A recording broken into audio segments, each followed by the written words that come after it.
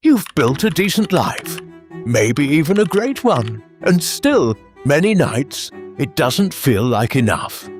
You've come so far in life already. The glass is half full, maybe even completely full, and yet it still feels half empty and shrinking. There's a particular kind of exhaustion, and I think you may know it, that comes not from doing too little, but from doing everything right and still feeling like you should be doing more. You worry about falling behind an invisible pace set by people you've never met. A deep-seated suspicion that you are working for a someday that may never actually arrive. Tonight's story is about Leo Tolstoy. And I chose it because of that feeling. That particular, persistent feeling that something is just off. Not catastrophically wrong. We pour something in the glass, an achievement, a new chapter, a relationship that finally worked, and it fills for a while. And then, somehow, it empties again. And we can't explain why. Maybe it's the world changing. Maybe that's just life.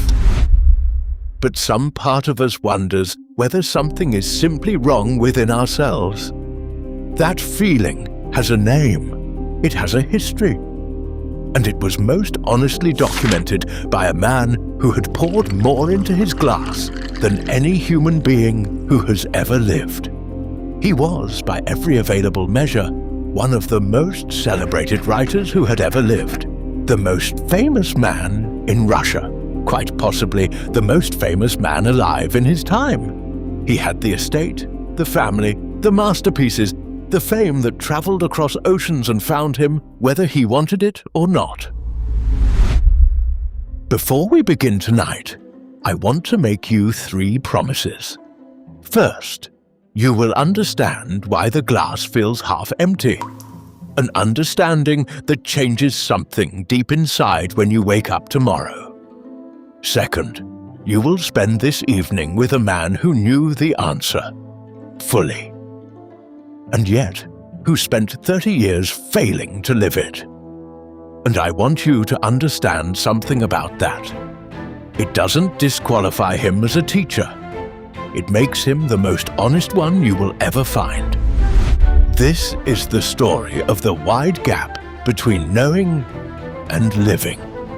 The most famous version of it that has ever been documented. My 3rd promise. Before we reach the end, you'll understand that gap not as a failure, but as the most honest thing about being human. This, I believe, is the most honest story I have ever found. This is the story and wisdom of Leo Tolstoy. Welcome, nightlings. This is Huxley. If you like listening or falling asleep to real stories that reveal life's deeper truths, then this is the place for you.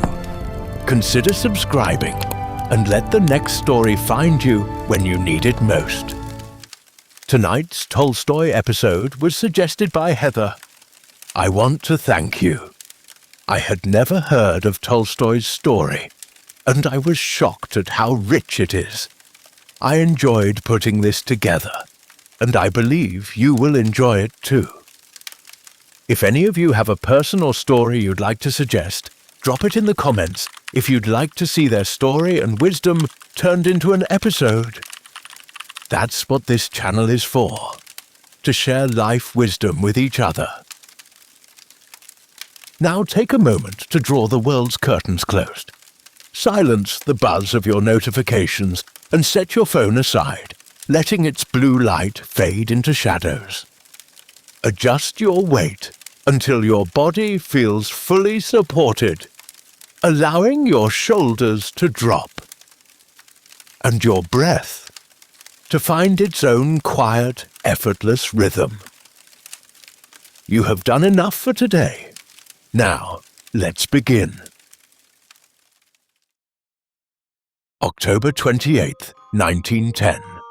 Yasnaya Polyana, Russia, 3 o'clock in the morning. The estate is enormous and dark and cold. Russian winter has arrived early to the Tula province, as it tends to do. Outside, the old birch trees stand in rows along the long avenue leading to the house, the same trees that were there before any of the people in this story were born, the same trees that will be there long after all of them are gone. Inside the main house, a man is lying awake. He is 82 years old. He has been lying awake for most of the night, and what he has been listening to is the sound of his wife moving through the room below him. Drawers being opened, papers being disturbed, the sound of his own documents being searched, sorted, replaced. This is not new. It has been happening for months, perhaps for years in one form or another. But tonight, something has shifted inside him. Something that has been building for decades, pressing against the inside of his chest like a stone that has slowly grown too heavy to carry, has arrived at a point where it simply cannot be held anymore. He gets up. He dresses in the dark, by feel, not in his usual clothes. He reaches instead for the rough peasant clothes that hang near the door, the clothes he wears when he works in the fields, when he plows, when he makes shoes in the cobbler's workshop he built himself behind the house. The clothes of a man without rank, without reputation, without a name that anyone would recognize. He goes to his desk. He sits down. He takes a sheet of paper. He begins to write. The letter is short. It says in part, "Do not seek me. I feel that I must retire from the trouble of life." He folds it. He leaves it where she will find it in the morning. Then he walks down the hall to the room of his personal physician, a gentle Czech doctor named Dusan Makovitsky, and he knocks on the door. Makovitsky opens it, and what he sees, by his own account, written in his journal the next day, is a face full of suffering, agitation, and determination. Makovitsky looks at him.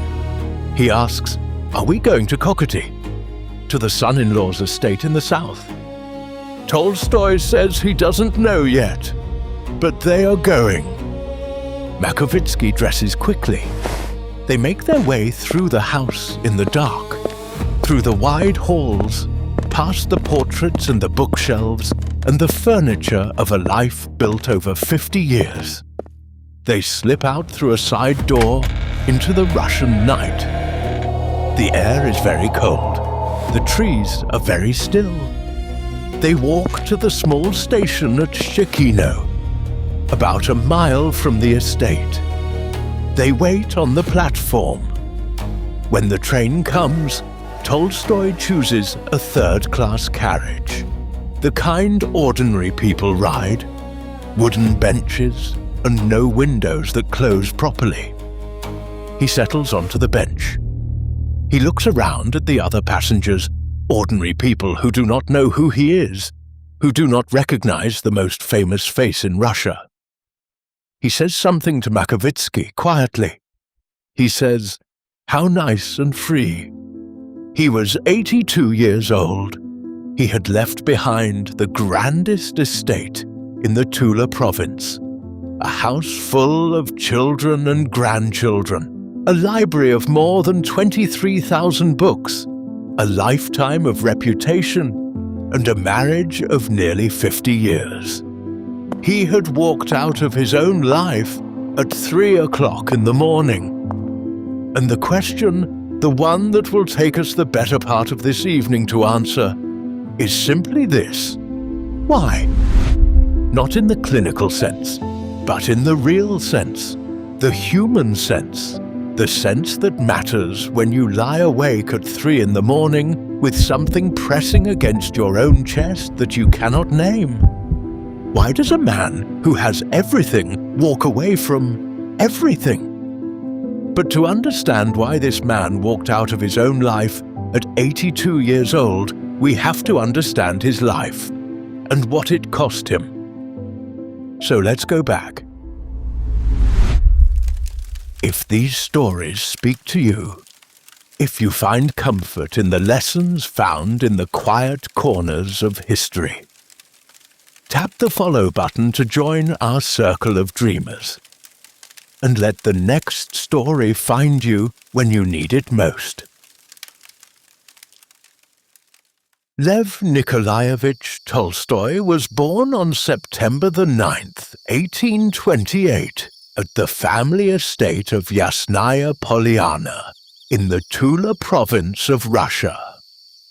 The name Yasnaya Polyana means beautiful meadow, or, depending on how you translate it, clear glade.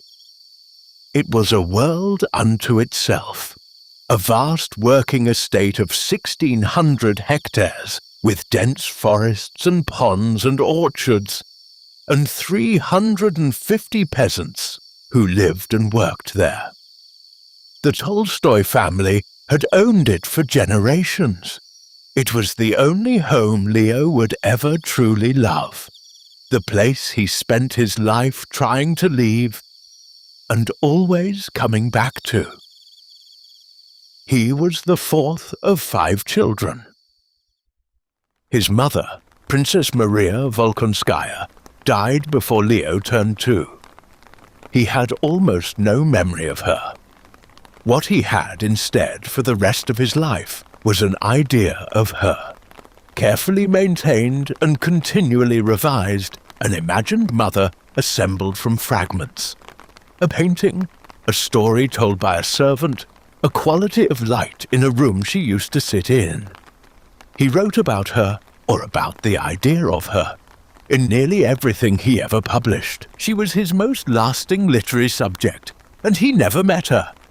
His father, Count Nikolai Ilyich Tolstoy, a veteran of the 1812 war against Napoleon, died when Leo was 9.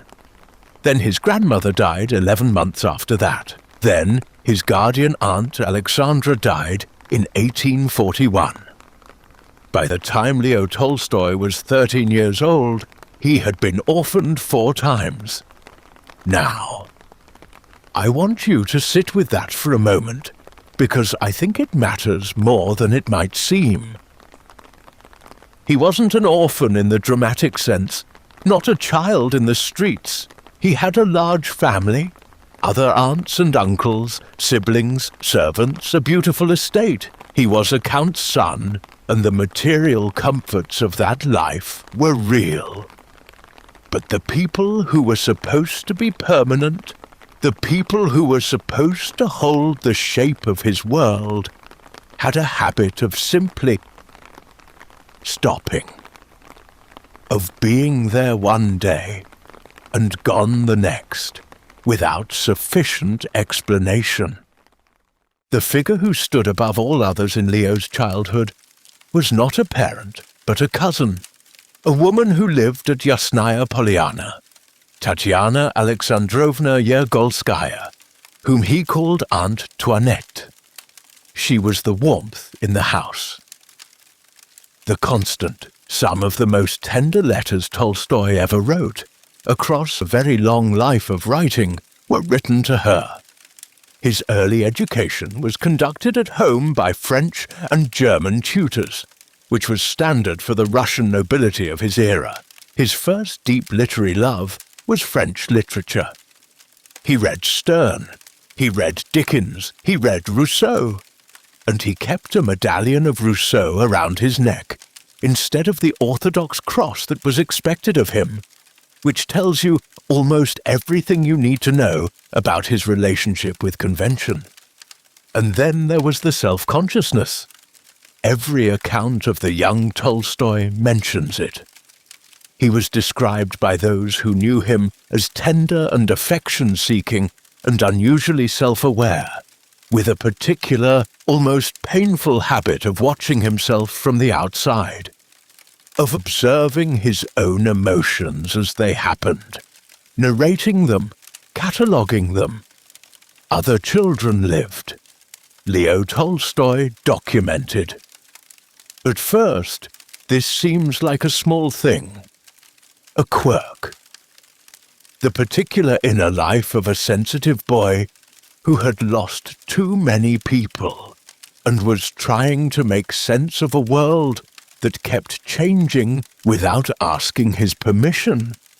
But that self-consciousness, that unrelenting habit of watching himself from a distance, of measuring the gap between who he was and who he wanted to be, would become the defining feature of his entire life.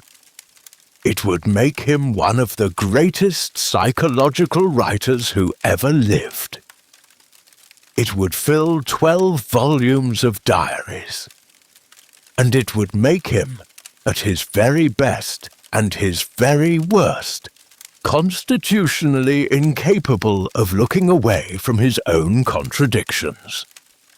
In 1852, at the age of 23, he published his first substantial piece of writing, a short autobiographical novel called Childhood. It was published in The Contemporary, the literary journal co-founded by Pushkin himself. The book describes a boy's tender relationship with, and painful loss of, his mother. It was not fiction, it was archaeology. A man reaching carefully into the dark, trying to reconstruct something he had lost before he was old enough to hold it. When Childhood was published, it was an immediate success. His editor wrote back to say that the author showed extraordinary talent. Russia had not yet heard of Leo Tolstoy, but it was about to. And somewhere inside the young man who wrote it, who had spent his childhood building careful memorial portraits of the people who left him, was the beginning of a question that would haunt him for the next 70 years. Is any amount of beauty or success or love enough to fill the space left by what you've lost? He didn't have an answer yet. He was 23. He had a lot of glass to fill first. In 1844, at the age of 16, Leo Tolstoy enrolled at Kazan University in the Oriental Languages program. He was, in his own words, immediately and comprehensively unimpressive. He failed his first semester's final examinations. He transferred to the law faculty, which seemed less demanding, and proceeded to spend the next 2 years gambling, drinking, and engaging in what he himself later described in the clinical language of a man keeping very careful records of his own failures, simply as debauchery. He contracted a venereal disease.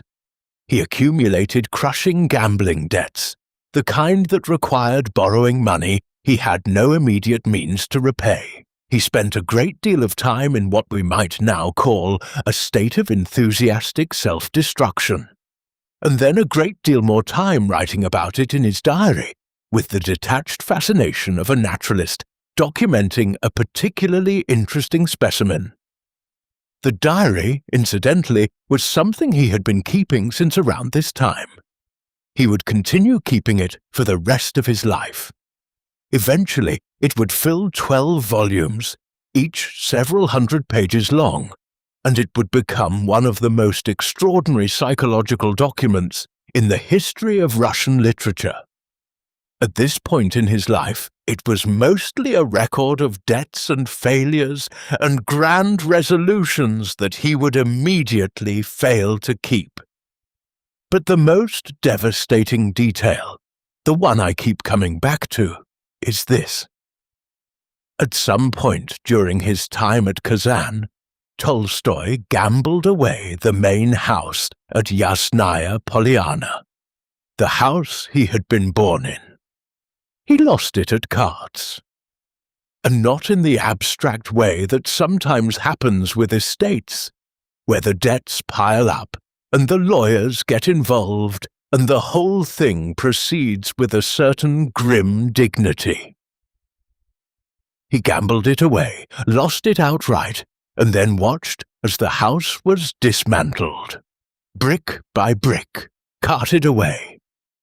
The estate itself remained his, the land, the forests, the peasants' cottages, but the main house of his childhood, the building that had contained every memory he had of his mother and his father, and the life that had existed before all the losses, was simply taken apart and hauled off, because he had bet it and lost. I don't think that wound ever fully healed. You can hear it, if you listen for it, in almost everything he wrote about Yasnaya Polyana for the rest of his life. The estate he returned to again and again, physically and spiritually, was always also the estate where the house had been, the negative space of what had been removed. He left Kazan University in 1847 without a degree. He returned to Yasnaya Polyana with an elaborate set of plans for self-improvement and for reforming the living conditions of his peasants, and he succeeded at almost none of them. The peasants were suspicious. They had no particular desire to be reformed by a young nobleman who had been gambling away his inheritance. The plans dissolved. He wrote about their dissolution in his diary with what one can only describe as a certain weary familiarity. Well, he was 23. He'd gambled away a house, failed his degree, written a successful novel about grief, and was now wandering his estate with a diary full of resolutions he couldn't keep. He was, in other words, a perfectly ordinary disaster. The gap between what he believed he should be and what he actually was, between the life he planned and the life he lived, had announced itself early and loudly. He had heard it. He had written it down. He had not yet found a way to close it. He was, as he put it himself, waiting for the right moment to begin really living. Which, as anyone over 40 can confirm, is a sentence that has a way of lasting considerably longer than you expect. The right moment was about to arrive, though not quite in the form he was expecting. His older brother Nikolai came home from the army on leave. He had been serving in the Caucasus, in the Russian campaigns in the mountains south of Georgia. He was full of stories. He thought Leo might benefit from a change of scenery. Leo agreed. He was 23, without a degree, without a direction, with a substantial gambling debt and a missing house. The Caucasus, under the circumstances, seemed as reasonable a destination as any. He packed his bags. He went south. The Caucasus in 1851 was one of the most violent places on earth. Russia had been fighting there for decades, a grinding, brutal war against the Chechen and Avar peoples of the mountains. A conflict with no clean lines and no comfortable distance between the army and the people it was fighting and the land it was fighting over. The terrain was extraordinary. Dense forests, vertical cliffs, rivers that didn't care which side you were on. The violence was close and personal in a way that European warfare of the era had not quite prepared anyone for. Tolstoy enlisted. He served with Cossack troops in Chechnya during the campaigns against the Avar Imam Shamil. He was 23 with no military experience and no particular desire to become a soldier, but with a very particular hunger to understand things directly, to put himself inside experience rather than observe it from a comfortable distance. This was, it turned out, the making of a writer. He spent 2 years in the Caucasus, watching. He watched how men behaved under mortal pressure. He watched the Chechen fighters and found in them a dignity and independence that he hadn't expected.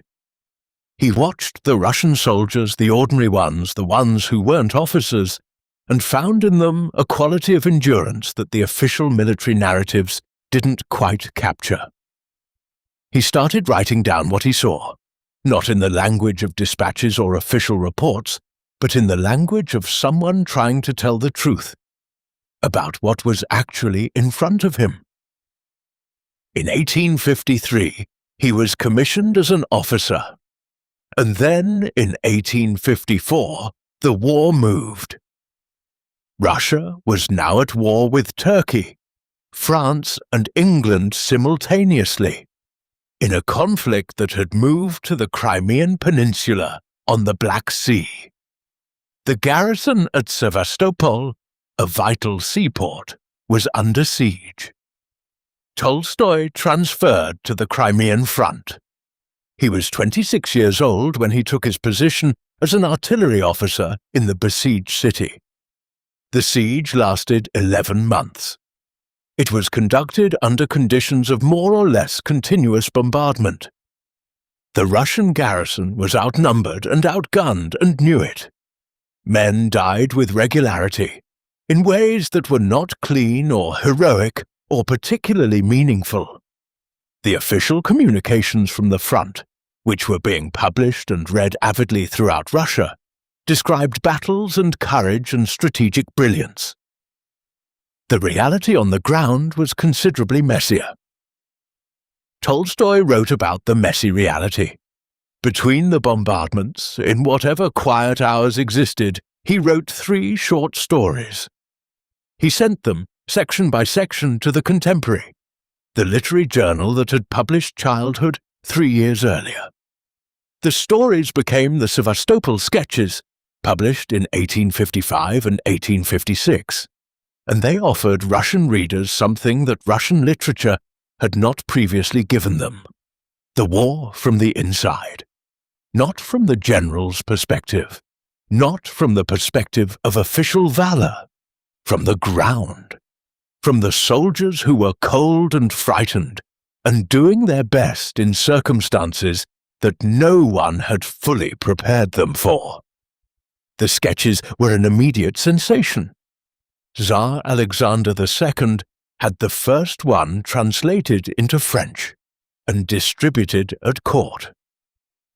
The Tsarina, it was reported, wept when she read it. The literary community, already aware of Tolstoy from childhood, recognized that something more significant was now happening. Russia had not just found a writer.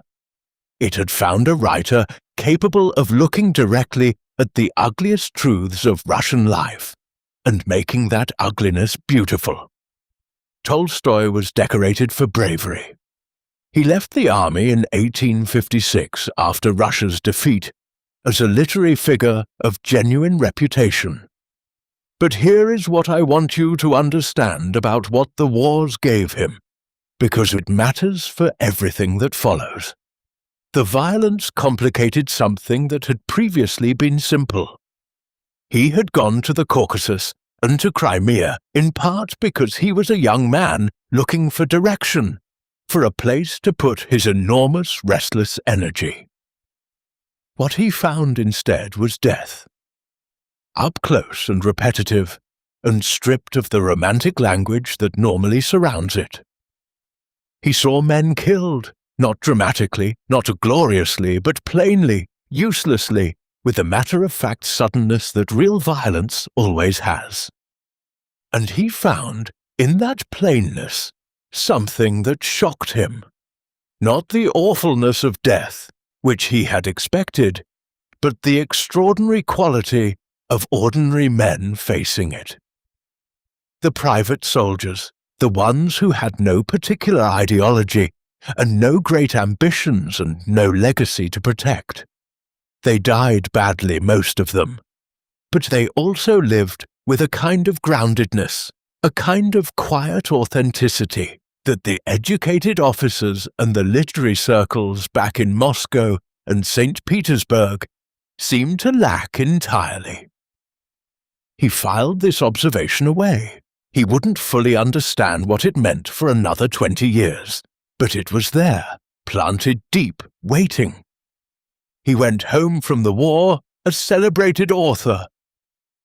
He was 28 years old, which is young to have 2 successful books and a decoration for bravery and a reputation that had reached the Tsar's court. He traveled to Europe to observe educational systems. He read. He wrote. He moved through the Literary Society of Moscow and St. Petersburg, which found him charming and difficult in roughly equal measure. And then he came home to Yasnaya Polyana, opened 21 schools for the children of the local peasants, taught some of the classes himself, and began thinking for the first time seriously about marriage.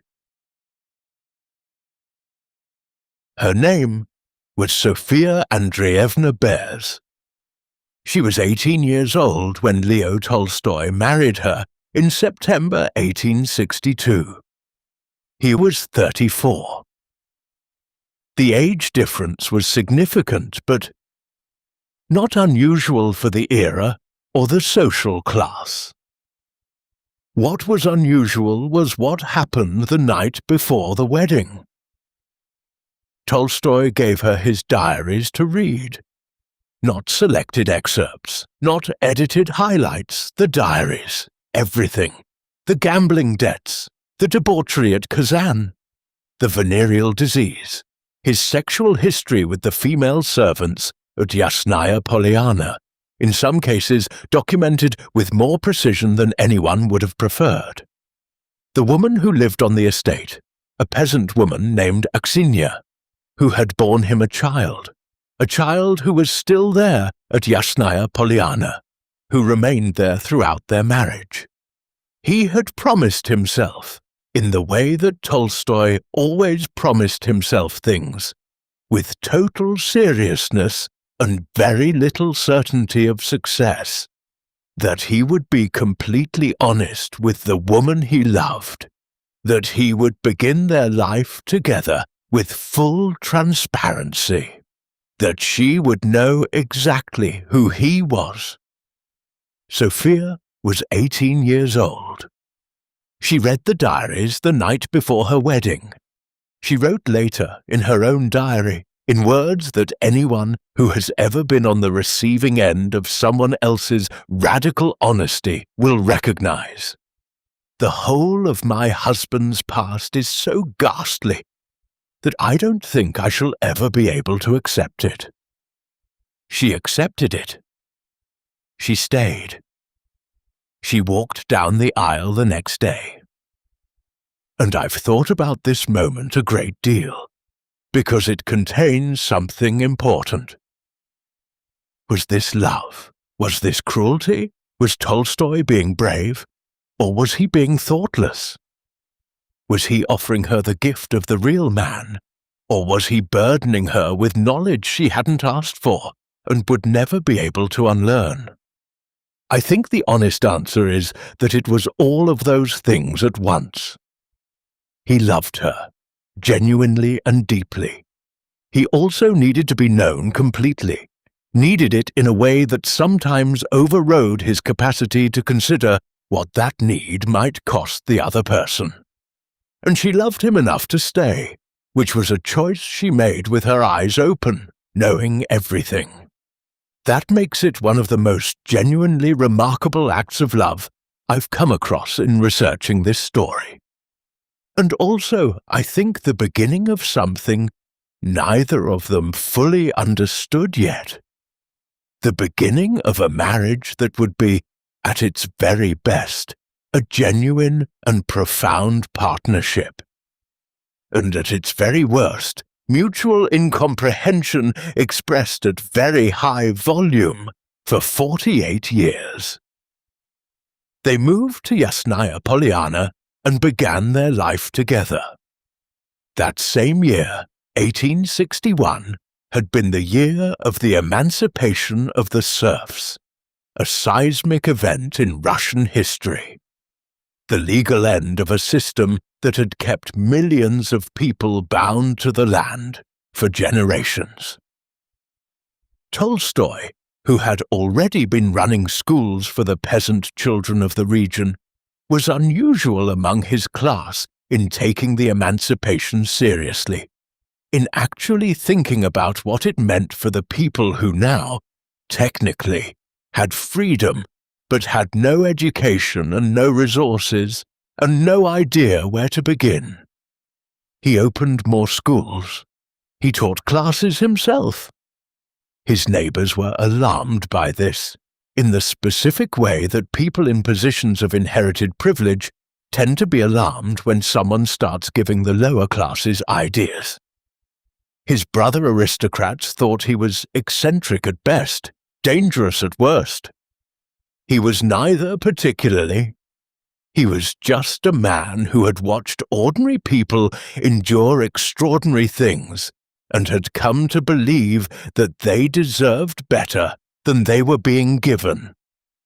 But the teaching and the reforms and the schools were, in some sense, a prelude. Because what was about to happen, in the small study at Yasnaya Polyana, in the long candlelit evenings of the 1860s, was the thing that would make his name permanent. In 1863, Leo Tolstoy began writing what would eventually become War and Peace. And Sophia, who was now 21 years old and a few months pregnant with their first child, began helping him.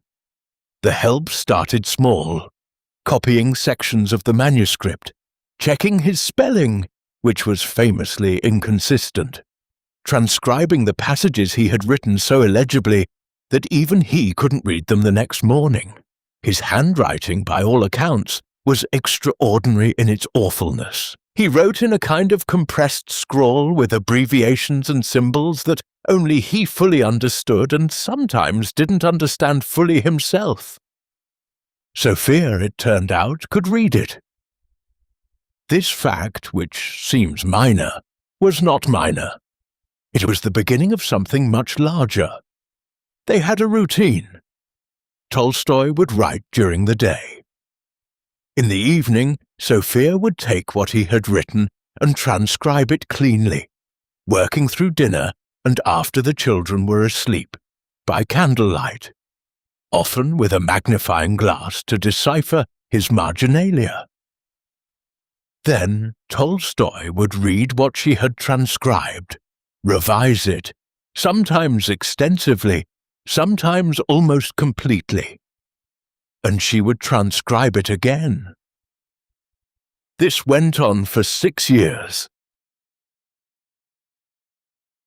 I want you to understand the scale of what Sophia did.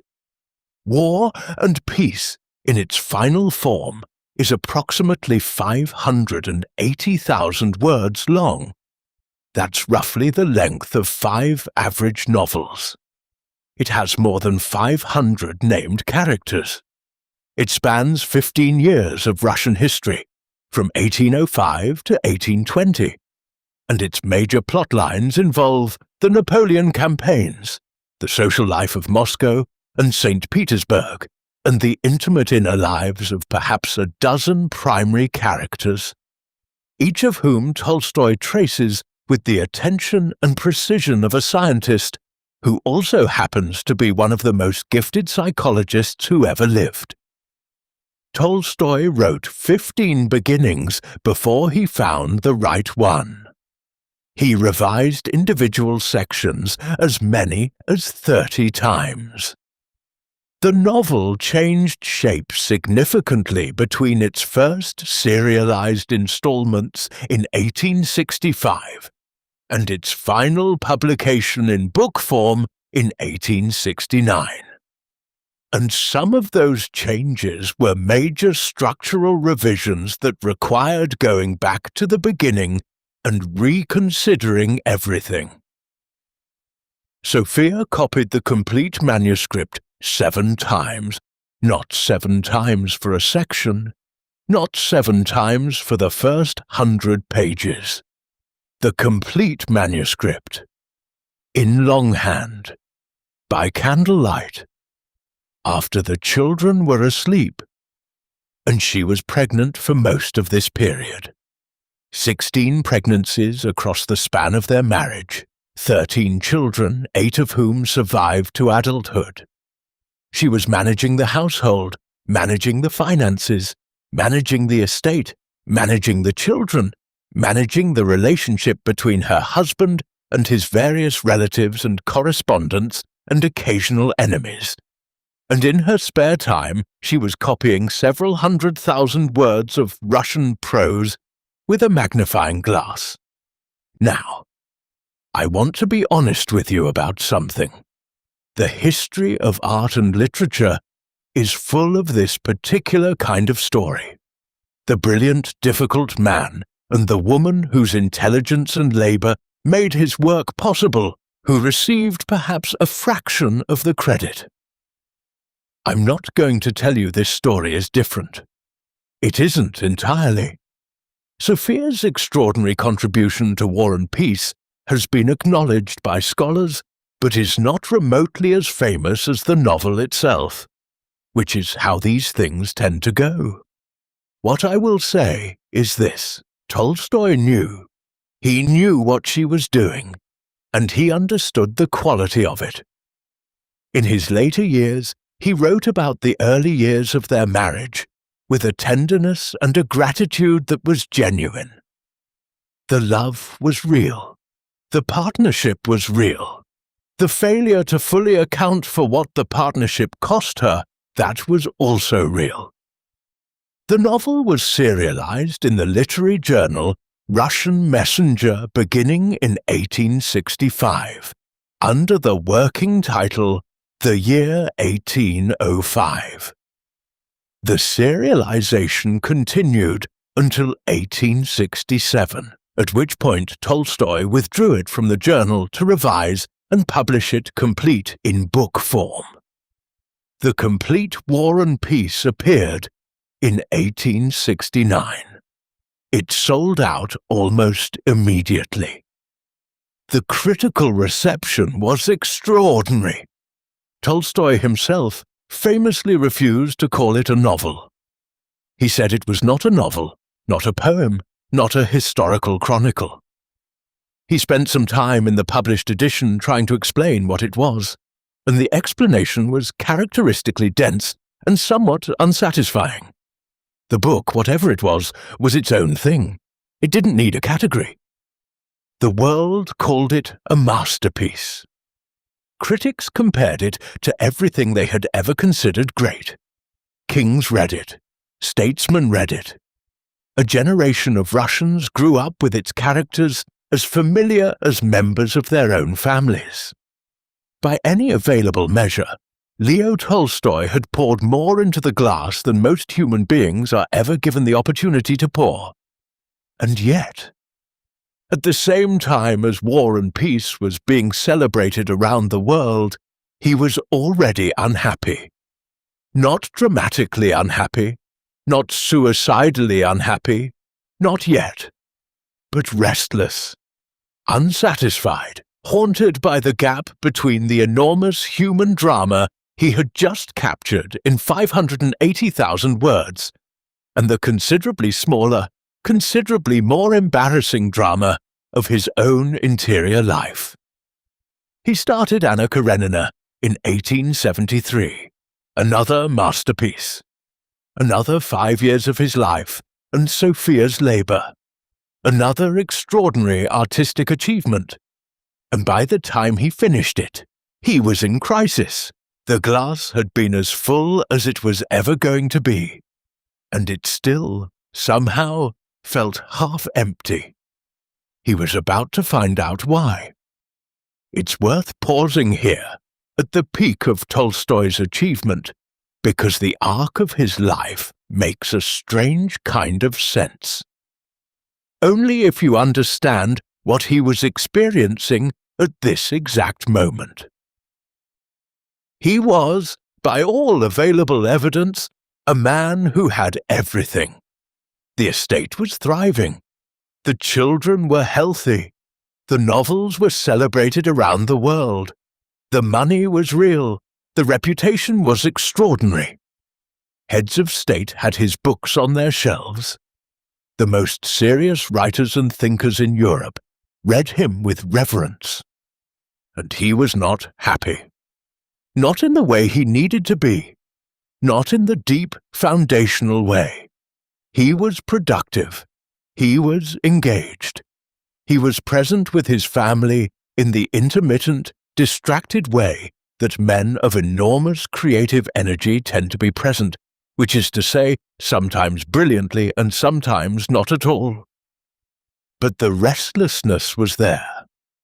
A kind of grinding interior dissatisfaction that he documented in his diaries with the same precision he brought to everything else. The glass was full. He could see that it was full. He knew intellectually that it was full. And the sensation he kept returning to, in diary entry after diary entry, was that it still felt, somehow, insufficient. Some of this was temperament. Tolstoy was constitutionally incapable of settling. His mind was always moving, always revising, always looking for the next formulation that might be more honest than the last one. A man like that doesn't experience contentment the way other people do. Contentment for him was always provisional, always subject to revision. But some of it was something else. Something that was going to take him another decade to name. The character Konstantin Levin in Anna Karenina, a character Tolstoy would begin writing in 1873, is recognizably autobiographical in ways that even Tolstoy eventually admitted. Levin is a landowner, a man of estate and good family, who finds the social world of Moscow, fashionable society, hollow and unsatisfying. He falls in love and marries. He works his land. He has children. He has, by every visible measure, a good life. And he cannot for years find the thing that makes that life feel meaningful. In the novel's final section, Levin arrives at an insight through a conversation with a peasant, a simple man who explains his own approach to life in a few plain sentences. What the peasant says is nothing complicated. It is not a philosophical argument. It is just a description of how he lives. Not for himself, not for accumulation, but in a way that he understands to be right. And Levin realizes, in a moment that Tolstoy describes with extraordinary delicacy, that he has been living rightly but thinking wrongly. That the life he has built is actually fine. That the problem is not the life. The problem is the framework he's been using to evaluate it. This was, as Tolstoy was finishing Anna Karenina and preparing it for its 1878 publication, also happening to him. Not as a literary discovery, as a crisis. The glass was full, the framework was broken, and the framework was the glass. He was 50 years old, the most famous writer in the world, and he could not find a reason to live. We're about to go to one of the most honest documents in the history of human despair. But before we do, I want to say something about Sophia, because she was there for all of this. She had been there for the Caucasus years, and the writing of War and Peace and the writing of Anna Karenina. She had copied hundreds of thousands of words by candlelight. She had raised 8 children to adulthood. She had managed the household and the estate, and the correspondence and the relationships with publishers, and the ongoing conflicts between her husband and his relatives and his former friends. She was now 36 years old, and she had just begun to understand that the man she had married, the man whose diaries she had read the night before their wedding, and whose secrets she had agreed to carry, was not going to find peace in the life they had built together. Not because the life was insufficient, because he had arrived somewhere else entirely, somewhere she wasn't sure she could follow. She would try. For the rest of her life, she would try. And the trying and the failing and the loving and the rage that comes when love is not enough is the other half of this story. But first, the crisis. I want to return for a moment to the child, because something happened in those orphaned years that I don't think gets enough attention. When a child loses multiple people in rapid succession, before the age of understanding, what happens is not simply grief. Grief is actually too clean a word for it. What happens is closer to a kind of structural uncertainty. The world which the child has been told is stable and continuous, and organized around the people who love you, reveals itself to be none of those things. People are there, and then they are not there. And the explanations, when they come at all, are insufficient. Leo Tolstoy was a tender child by all accounts, affection-seeking, sensitive to emotional atmosphere in a way that both his siblings and the adults around him noticed. He was not the kind of child who toughened up and moved on. He was the kind of child who watched and remembered and tried to build models of the world that would explain what had happened. The models necessarily included loss as a structural feature, not as an exception to normal life, but as part of its texture. The people you love leave. Sometimes suddenly, sometimes without explanation. Sometimes before you've had a chance to know them well enough that the leaving makes sense. This shaped him in ways that ran deeper than his philosophy. It made him, first and most obviously, a writer of extraordinary psychological precision about loss.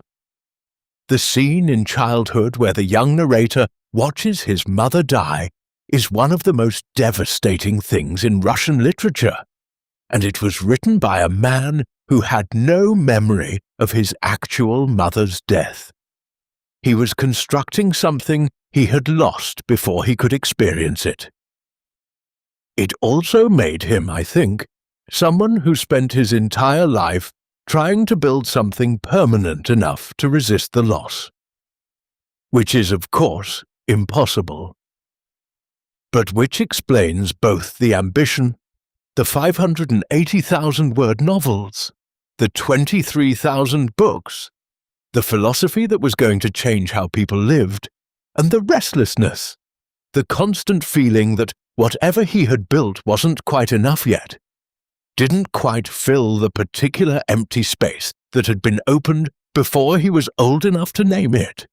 The cup metaphor, the one I mentioned at the beginning of tonight's story. The glass that fills and then somehow empties again. It starts here, in the house at Yasnaya Polyana in the 1830s, in the years when the people who were supposed to be permanent just kept quietly leaving. He carried this all his life. He carried it into his marriage, into his masterpieces, into his philosophy. He carried it to Astapovo. he carried it to the grave. And somehow, in the carrying of it, he documented it more honestly than anyone has documented it before or since. There's something I want to return to in the story of the gambling, because it's easy to read it as simply a young man's recklessness, and I don't think that's quite right. Tolstoy gambled away the house he was born in. That's the dramatic version. But here is the more careful version. He gambled away the house, watched it dismantled, documented the experience in his diary, and then spent the rest of his life writing about loss with greater precision than almost anyone who has ever written in the Russian language.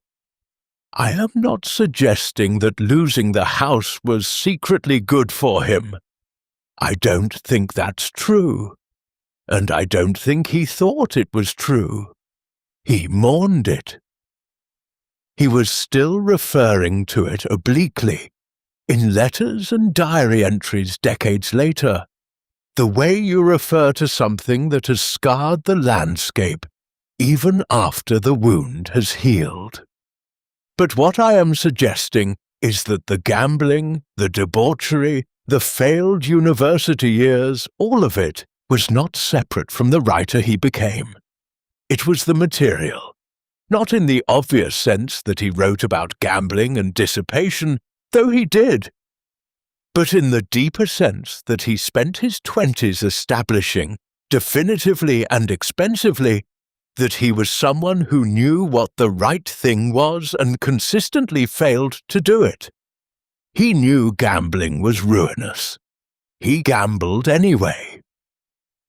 He knew debauchery was incompatible with the man he intended to be. He debauched anyway. And he wrote it all down with a precision and a lack of self-forgiveness that is almost uncomfortable to read. The diaries of the Kazan period are not the diaries of a thoughtless man. They're the diaries of an extremely thoughtful man who is watching himself do thoughtless things and cannot stop himself. Who makes resolutions, documents the resolutions, and then documents the failure of the resolutions with the same careful hand. That particular combination of knowing what you should do and doing something else anyway, of watching yourself fall short of your own standards with perfect clarity, is the engine that would eventually power A Confession, one of the most important documents in this story. But we're not there yet. For now, he was just a 23-year-old with a missing house and a very full diary, heading for the Caucasus. I mentioned that Tolstoy filed away an observation from his military years. The observation about the ordinary soldiers and the quality of their endurance. The way they faced death without the philosophical apparatus that the educated class used to manage fear, and somehow faced it with more equanimity, more groundedness than the officers who had all the advantages. He didn't know what to do with this observation at the time. He was 26, 27, 28. He had a career to build, and a reputation to establish, and a novel that was forming slowly in the back of his mind. The observation about the peasants and the soldiers sat somewhere below conscious thought, gathering weight. But 20 years later, at the peak of his fame, when he was trying to understand why the glass kept emptying, he would go back to that observation. And he would realize that what the ordinary soldiers had, the thing the educated elite entirely lacked, was not education or philosophy or resources. It was a relationship to meaning that didn't depend on achievement or recognition or the filling of any glass. They lived, as Tolstoy would eventually understand it, for something beyond themselves. Not for glory or reputation or the approval of history. For something more immediate, more practical, more human. Their faith, whatever its exact theological form, was not a doctrine. It was a way of being in the world that made ordinary life feel sufficient. He had spent 20 years being celebrated and acclaimed, and none of it had given him what those Cossack soldiers had at 23 in the mountains. He was going to spend the next 30 years trying to find it. And he was going to fail, most of the way, and document every failure. Which is, as I said at the beginning of tonight's story, exactly why he is worth listening to. He began writing Anna Karenina in 1873. He was 45 years old. By this point he had everything: the estate, the family, the masterpiece already published and celebrated around the world. He was healthy, productive, present in his life in the way that people sometimes manage when they are simultaneously thriving and quietly unraveling. The novel that would become Anna Karenina started, in the odd way that Tolstoy's large works often started, from a small real detail. In 1872, a young woman named Anna, who was known to the Tolstoy family, threw herself under a train at a nearby station. Tolstoy went to see the body. What he saw, by all accounts, affected him profoundly. The reality of it, the absolute finality of it, the way that a decision made in one moment could end a life that had contained enormous complexity and feeling and particular personhood. He wasn't writing about her exactly when he began Anna Karenina, but he was writing about what the sight of her had put into motion in him, the questions about desire and convention and the particular prison that high society constructed for the people who lived inside it. The novel took 5 years. Serialized in the Russian Messenger from 1875 to 1877, it ran into its own kind of trouble. A political disagreement between Tolstoy and the journal's publisher about the conclusion, about a passage concerning Serbia and Russian military engagement there. The disagreement was real and serious. The final section was never published in the journal. Tolstoy published it separately in 1877. The complete 3-volume edition appeared in 1878. The character who matters most for our story, the one who is not Anna, is Konstantin Levin. Levin, whose name in Russian comes from Lev, Leo. He is the autobiographical center of the novel. A landowner, a man of the educated class who finds fashionable Moscow society hollow and unsatisfying, who falls in love and marries, who works his land and raises his family and does everything that is expected of a man of his station, and who cannot for years find the thing that makes any of it feel genuinely meaningful. Tolstoy knew this territory. He had lived in it. He was living in it while he was writing it. In the novel's final section, Levin arrives at something like an answer through a conversation with a peasant farmer who says in a few plain sentences that the point of life is not to live for oneself. That there is a way of being that transcends the accumulation of experiences and achievements and relationships. That the ordinary people he knows, the ones who live simply and close to the land, understand something that the educated classes have lost access to. Levin realizes he has been living rightly but thinking wrongly. The life he's been building, the wife and the estate and the farming and the daily texture of it is actually fine. The problem isn't the life. The problem is the framework he has been using to evaluate it.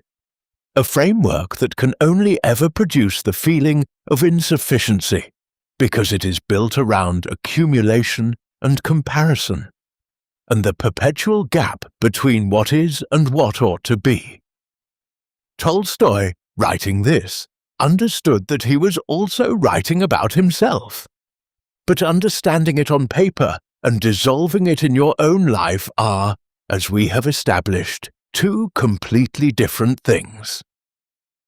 By the time he was finishing the last sections of Anna Karenina, he had come to hate the novel in the specific, exhausted way that a writer hates a long work that has cost them something real and hasn't quite given back what they hoped. He described the act of finishing it as something between a duty and a drudgery. He was 50 years old, the most celebrated writer alive, the father of 8 surviving children, the lord of a beautiful estate, the author of 2 works that would outlast nearly everything else written in his century. And he could not find a reason to live. This was not a metaphor. This was not literary self-pity.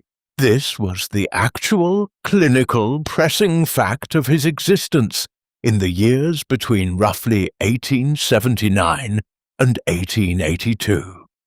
A man at the absolute peak of his powers, by every available external measure, and a man who had begun hiding the ropes so that he wouldn't use them. A confession is one of the most extraordinary documents in the history of human despair. It was written between 1879 and 1880, and it opens like this. I was baptized and brought up in the Orthodox Christian faith. I was taught it in childhood and throughout my boyhood and youth.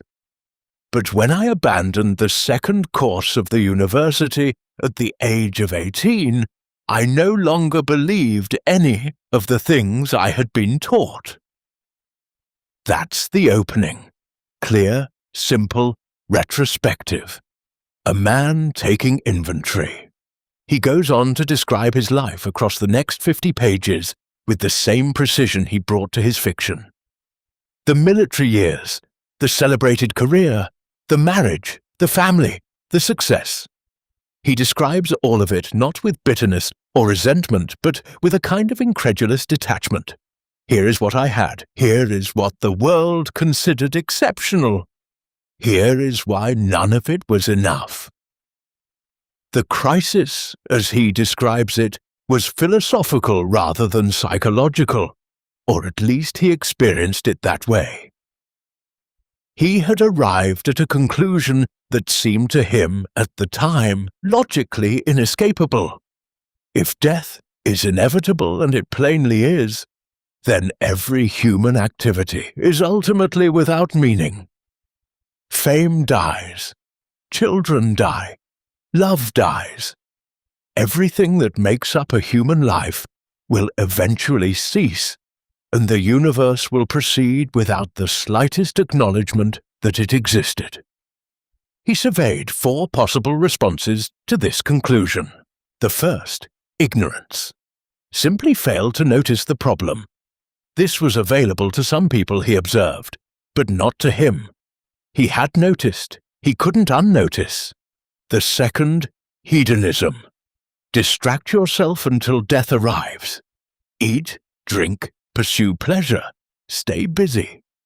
Some of the people he knew had chosen this path. He found he couldn't sustain it. The distractions wore off too quickly. The third, suicide. He describes this one with a calm that is still slightly startling. He considered it the logically consistent response, the one that, given his premises, actually solved the problem. He didn't pursue it, not because he dismissed it, but because, as he writes with characteristic self-directness, he lacked the courage. He writes, "The horror of the darkness was too great, and I wanted to be free of it as quickly as possible by means of a rope or a bullet. It was this feeling, more powerful than any other, that was leading me towards suicide." He hid the ropes. He stopped carrying a gun on his hunts, not trusting himself with it. He kept this from his family because he could not explain it to them. He could barely explain it to himself. The fourth response: holding on. Accepting the absurdity, acknowledging the problem has no solution, and continuing anyway. He settled into this grimly, the way you settle into the only chair available. And then something happened that he didn't expect. He started paying attention to the people around him who were not suffering. Not the educated people, not the literary circles of Moscow and St. Petersburg, not the philosophers or the poets or the other celebrated writers he knew. Those people were, by and large, in the same place he was. They had different strategies for managing the knowledge, but the knowledge was the same. The people who were not suffering were the peasants, the muzhiks, the ordinary working people who had, by every measurable standard, far less than Tolstoy, who worked harder, died younger, had fewer resources, fewer protections, fewer comforts, who had no access to the educational and cultural advantages that Tolstoy had spent his life accumulating, who had, in material terms, almost nothing. And yet, they were not in despair. They were not hiding ropes.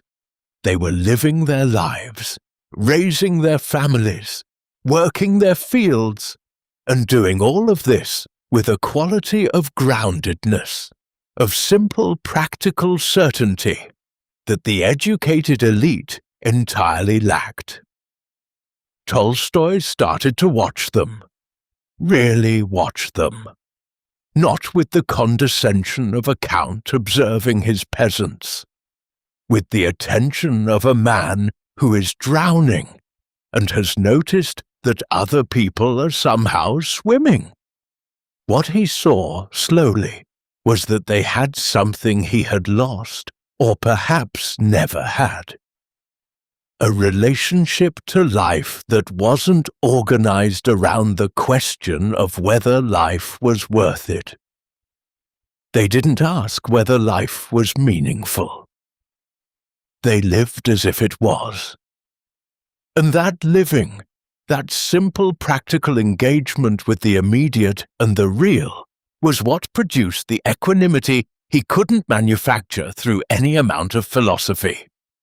He wrote, "I began to draw near to the believers among the poor, simple, unlettered folk, to pilgrims, monks, sectarians, and peasants." T.S. quote. He started teaching himself New Testament Greek so he could read the Gospels in the original. He found, in the Sermon on the Mount, what he believed was a set of practical instructions that had been buried under centuries of church doctrine and ceremony. Love your neighbor. Resist not evil with evil. Serve the poor. Don't accumulate more than you need. These were not metaphysical propositions. They were operational guidelines. He decided to take them literally. And somewhere in this process, though it was not yet visible to the world, Leo Tolstoy had begun the most significant transformation of his life. I want to pause here for a moment, because what Tolstoy just described, that feeling of having everything and finding it somehow insufficient, isn't unique to a 19th century Russian count. Most of us know some version of this feeling. The achievement that didn't change anything, the milestone that filled the glass for a week. and then somehow the glass was empty again. The life that looks exactly right from the outside and feels subtly off from the inside. What Tolstoy eventually understood, after years of honest reckoning, is that the glass doesn't empty because you're doing something wrong. It empties because the glass and the thing you're pouring into it are two different categories. External accomplishment and internal meaning are not the same currency. Here is what I'd suggest from everything this story has taught me. The next time the glass feels half empty despite everything you've poured into it, instead of pouring in more, try asking a different question. Not, what do I need to add, but what am I actually hungry for? The answer, usually, is much simpler and much harder than anything you can buy or earn or achieve. And if you'd like to sit with these lessons a little longer, I've left something for you in the description below, a free companion guide to tonight's story, with all the fireside reflections collected and some practical exercises to carry forward. It's there for you whenever you're ready. The transformation, once it began, was total. This is worth saying clearly, because it is sometimes described as a religious conversion, which gives a misleading impression of what actually happened. What happened was not a conversion in the sense of adopting new beliefs. What happened was more like an excavation. He went down through the layers of what the institution of the Orthodox Church had built on top of the Gospels, the rituals, the sacraments, the hierarchy, the political accommodations with the Tsarist government, and he pulled out what he believed was the original kernel underneath. The result was The Gospel in Brief, published in 1881, which is Tolstoy's own version of the four Gospels combined into one continuous text. He stripped out the miracles. He stripped out the resurrection. He stripped out everything he considered doctrinal accretion, the additions that the Church had made across 17 centuries of institutional self-interest. What remained was the ethical teaching of Jesus: love one another, do not resist evil with evil, forgive without limit, serve those who have less than you. He called this the essence of Christianity. The Church called it heresy. That disagreement would eventually become formal, though for now it was simply a difference of opinion being conducted at some volume. The Gospel in Brief was distributed privately at first, then more widely. Wittgenstein, decades later, would carry a copy of it in his pack on the Eastern Front during the First World War and recommend it to everyone he met. His fellow soldiers called him the man with the Gospels. The book's influence in the 20th century alone ran considerably further than the Orthodox Church would have preferred. But that's ahead of us. In the early 1880s, the transformation was primarily visible at home in Yasnaya Polyana. Tolstoy stopped eating meat. He began making his own shoes. He went out to the fields with the peasants and ploughed and harvested, doing the physical labor himself. He gave up hunting. He gave up tobacco. In 1883, he removed eggs from his diet after a friend pointed out that eggs might involve taking life in its earliest form. He wore rough peasant clothes instead of the clothes appropriate to his station. He was, in short, attempting to become a peasant while living in a 40-room house with servants and a wife and 8 children and an annual income from his literary royalties that was considerable and increasing. This was the gap. in its most visible form. He could see it. He knew it was there. He wrote about it in his diaries with the same unflinching honesty he had brought to everything else. He was preaching voluntary poverty from a position of inherited and earned wealth. He was espousing nonviolence while benefiting from a social system that was maintained ultimately by force. He was attempting to live like a peasant while remaining irrevocably a count. He tried several times to give away the estate. Sophia refused, and not unreasonably. She was responsible for 8 children and a large household, and her husband's sudden desire to renounce his property was not, from her perspective, a spiritual awakening. It was a threat to the security of everything she had built.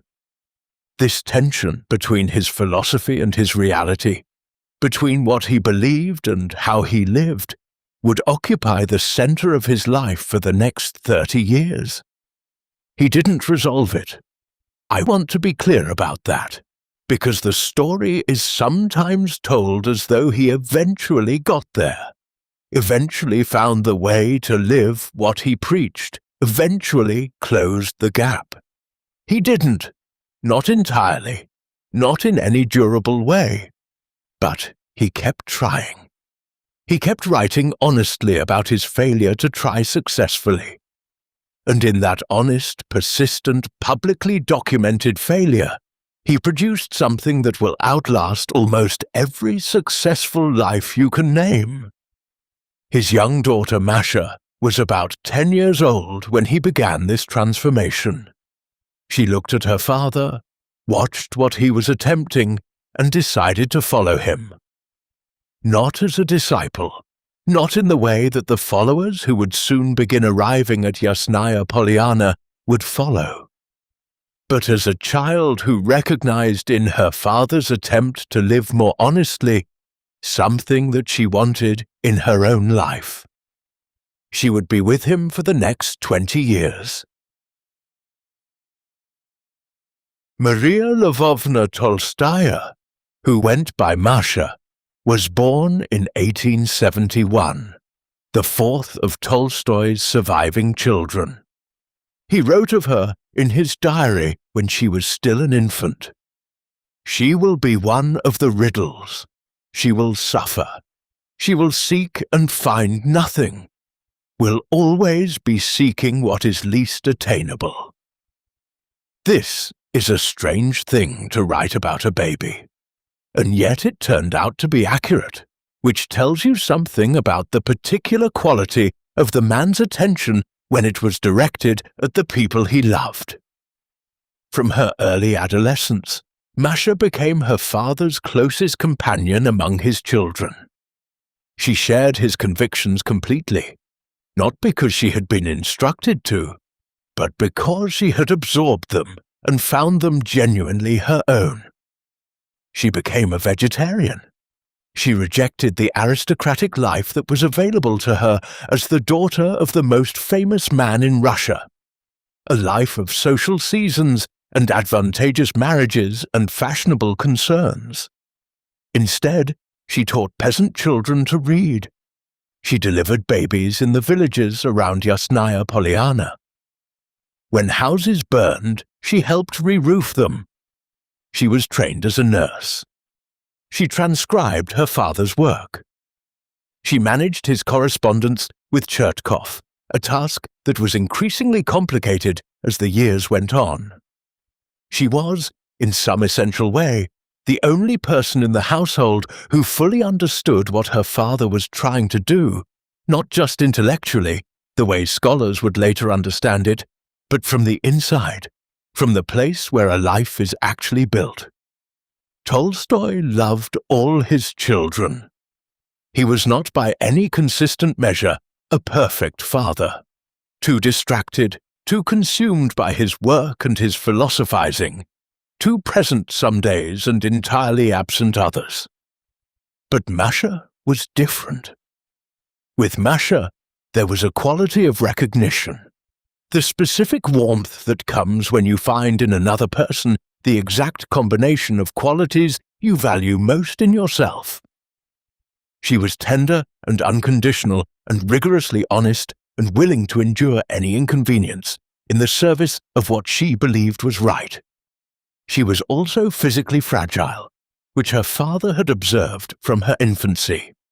Pale, prone to illness.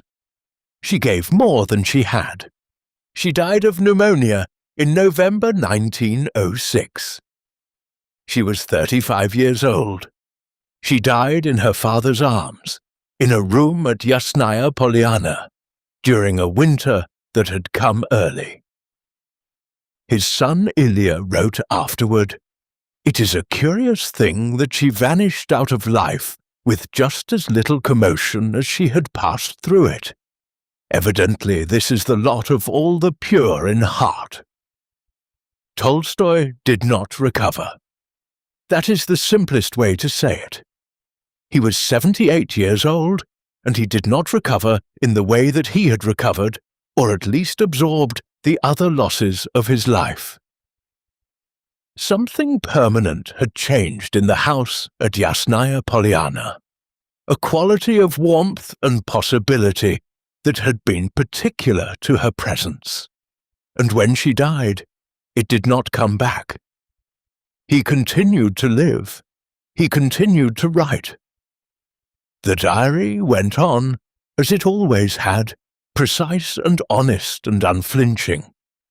But the entries in the years after Masha's death have a different quality, a kind of residual grief that he didn't try to process or explain or incorporate into a lesson. Just the weight of it, carried. I want to say something about this because I think it matters. The tradition of wisdom literature, the tradition that Tolstoy was increasingly writing within, tends toward lessons, toward the extractable principle, toward the teaching that can be carried forward, separated from its context, applied to other lives. But some losses are not like that. Some losses are just losses. They shape the shape of everything that comes after them, but not in the clean way of a lesson. In the rougher, less categorizable way of a mark that the world has made on you that you didn't ask for and can't remove. Masha's death was one of those. The remaining 4 years of Tolstoy's life were lived in her absence.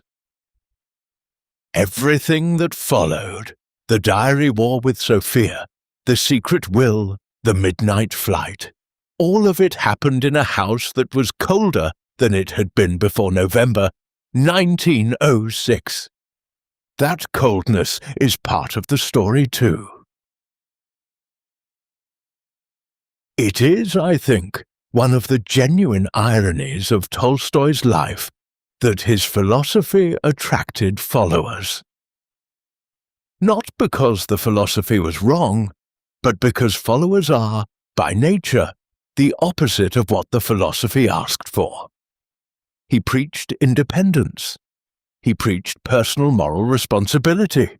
He preached that each person had to arrive at their own honest understanding of how to live through their own engagement with the Gospels and the world, not through anyone else's instruction. And then he became the most famous philosopher in Russia, and people arrived at his door in large numbers looking for instruction. They came from everywhere, from Russia and from Europe and from America. They were reformers and idealists and dreamers, and people who had been living lives that didn't fit them, and who had read Tolstoy's books and thought, here is someone who understands the problem. They came to Yasnaya Polyana as pilgrims come to a shrine. Some of them set up communes in the Russian countryside and tried to live according to Tolstoyan principles. No meat, no alcohol, no violence, minimal property, communal labor. The Gospels interpreted literally. Some of these communes lasted for years. Some lasted for a few months before the members discovered that communal living with people you idealized from a distance is considerably harder than communal living with people who actually exist. Tolstoy was not unsympathetic to any of this. He corresponded with the communes. He wrote letters to individuals who wrote to him. He was, by most accounts, genuinely interested in the people who came to Yasnaya Polyana, even the ones who arrived with impractical ideas and excessive certainty and a tendency to quote him at himself. But the most significant of the followers was not someone who arrived at the door. He was already part of the social world that surrounded Yasnaya Polyana. Vladimir Grigorievich Chertkov was an aristocrat, the son of a general, a man of considerable intelligence, and even more considerable dogmatism. His surname, in Russian, contains the root word for devil, which is one of those facts that seems too pointed to be accidental, though it plainly was. Chertkov met Tolstoy in the early 1880s, when Tolstoy's new philosophy was beginning to circulate. He was converted, not casually, completely. He abandoned his aristocratic life and his military career and devoted himself entirely to the cause of Tolstoyanism, which he pursued with a rigor and a precision that Tolstoy himself often could not match. He established a publishing house called The Intermediary. The books it produced were inexpensive, priced at 5 kopecks each, small enough to fit in a pocket, written in plain language accessible to anyone who could read. In 6 years, the press produced more than 20 million copies of Tolstoyan texts. The reach was extraordinary.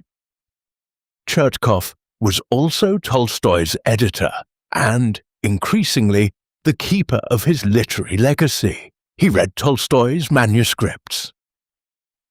He corresponded with Tolstoy's international translators. He negotiated Tolstoy's publishing arrangements.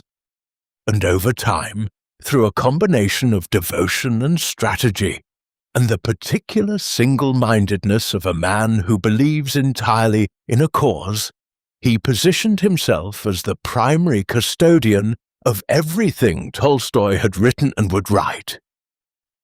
Sophia saw this happening. She was not wrong about what she saw. Chertkov was, systematically and with complete sincerity, separating the legacy from the family. Not out of malice, or at least not primarily. He genuinely believed that Tolstoy's writings belonged to the world, not to one woman and her children.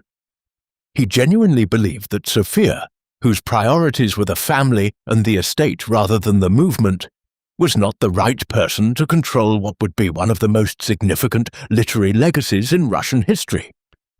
He wasn't entirely wrong about this.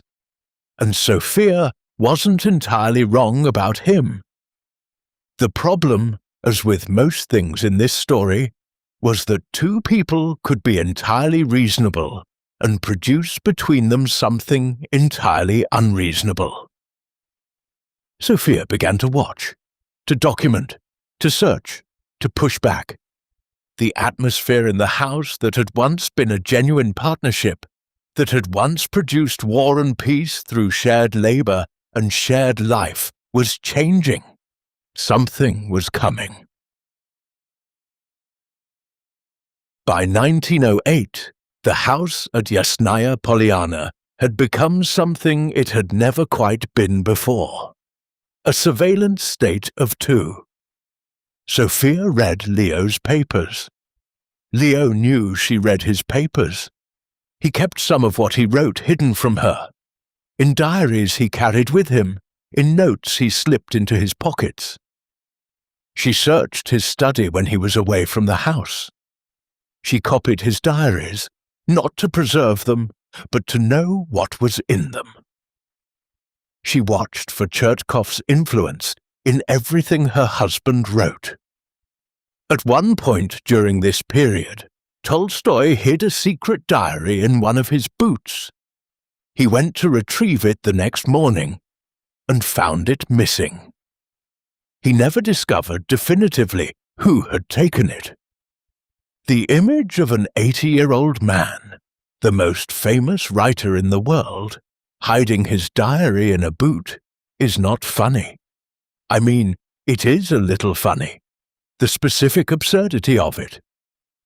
But it is also profoundly sad, because it represents the complete failure of the one thing Tolstoy had organized his entire adult life around: radical honesty. He had given Sophia his diaries before their wedding. He had believed in complete transparency as a philosophical principle. He had published a confession which said more about his inner life than most people would ever voluntarily share publicly. He had built his entire moral identity around the refusal to hide. And here he was, at 80, hiding his diary in a boot. In September 1910, Sophia had an episode that has been described in various ways by various accounts. The most dramatic version involves her marching into her husband's study with a toy-cap pistol, shooting at a photograph of Chertkov, and then tearing the photograph to pieces and flushing it down the toilet. The less dramatic versions suggest something similar, perhaps without the pistol. Regardless of the exact details, the situation at Yasnaya Polyana had reached a point where a woman of 66 was expressing her grief and rage at a photograph. The secret will had been signed the previous year. In 1909, somewhere on the estate, Tolstoy sat down on a tree stump and signed a legal document leaving all of his post-1881 copyrights to the public domain, with Chertkov and his youngest daughter Alexandra named as executors. Sophia did not know about this. She did not know that what she had spent decades protecting, her husband's legacy and her family's security, had already been given away. When she found out, in late 1910, the confrontation was intense. Tolstoy was 82 years old and exhausted, and grieving Masha, and caught between the philosophy he believed in and the reality he had failed to live, and now openly between his wife and his disciple, in a way that could no longer be managed or smoothed over. Now, I want to pause here for a moment, because I think there's a question in this story that deserves to be asked directly. I wonder, if you had been there, which of them you would have understood more?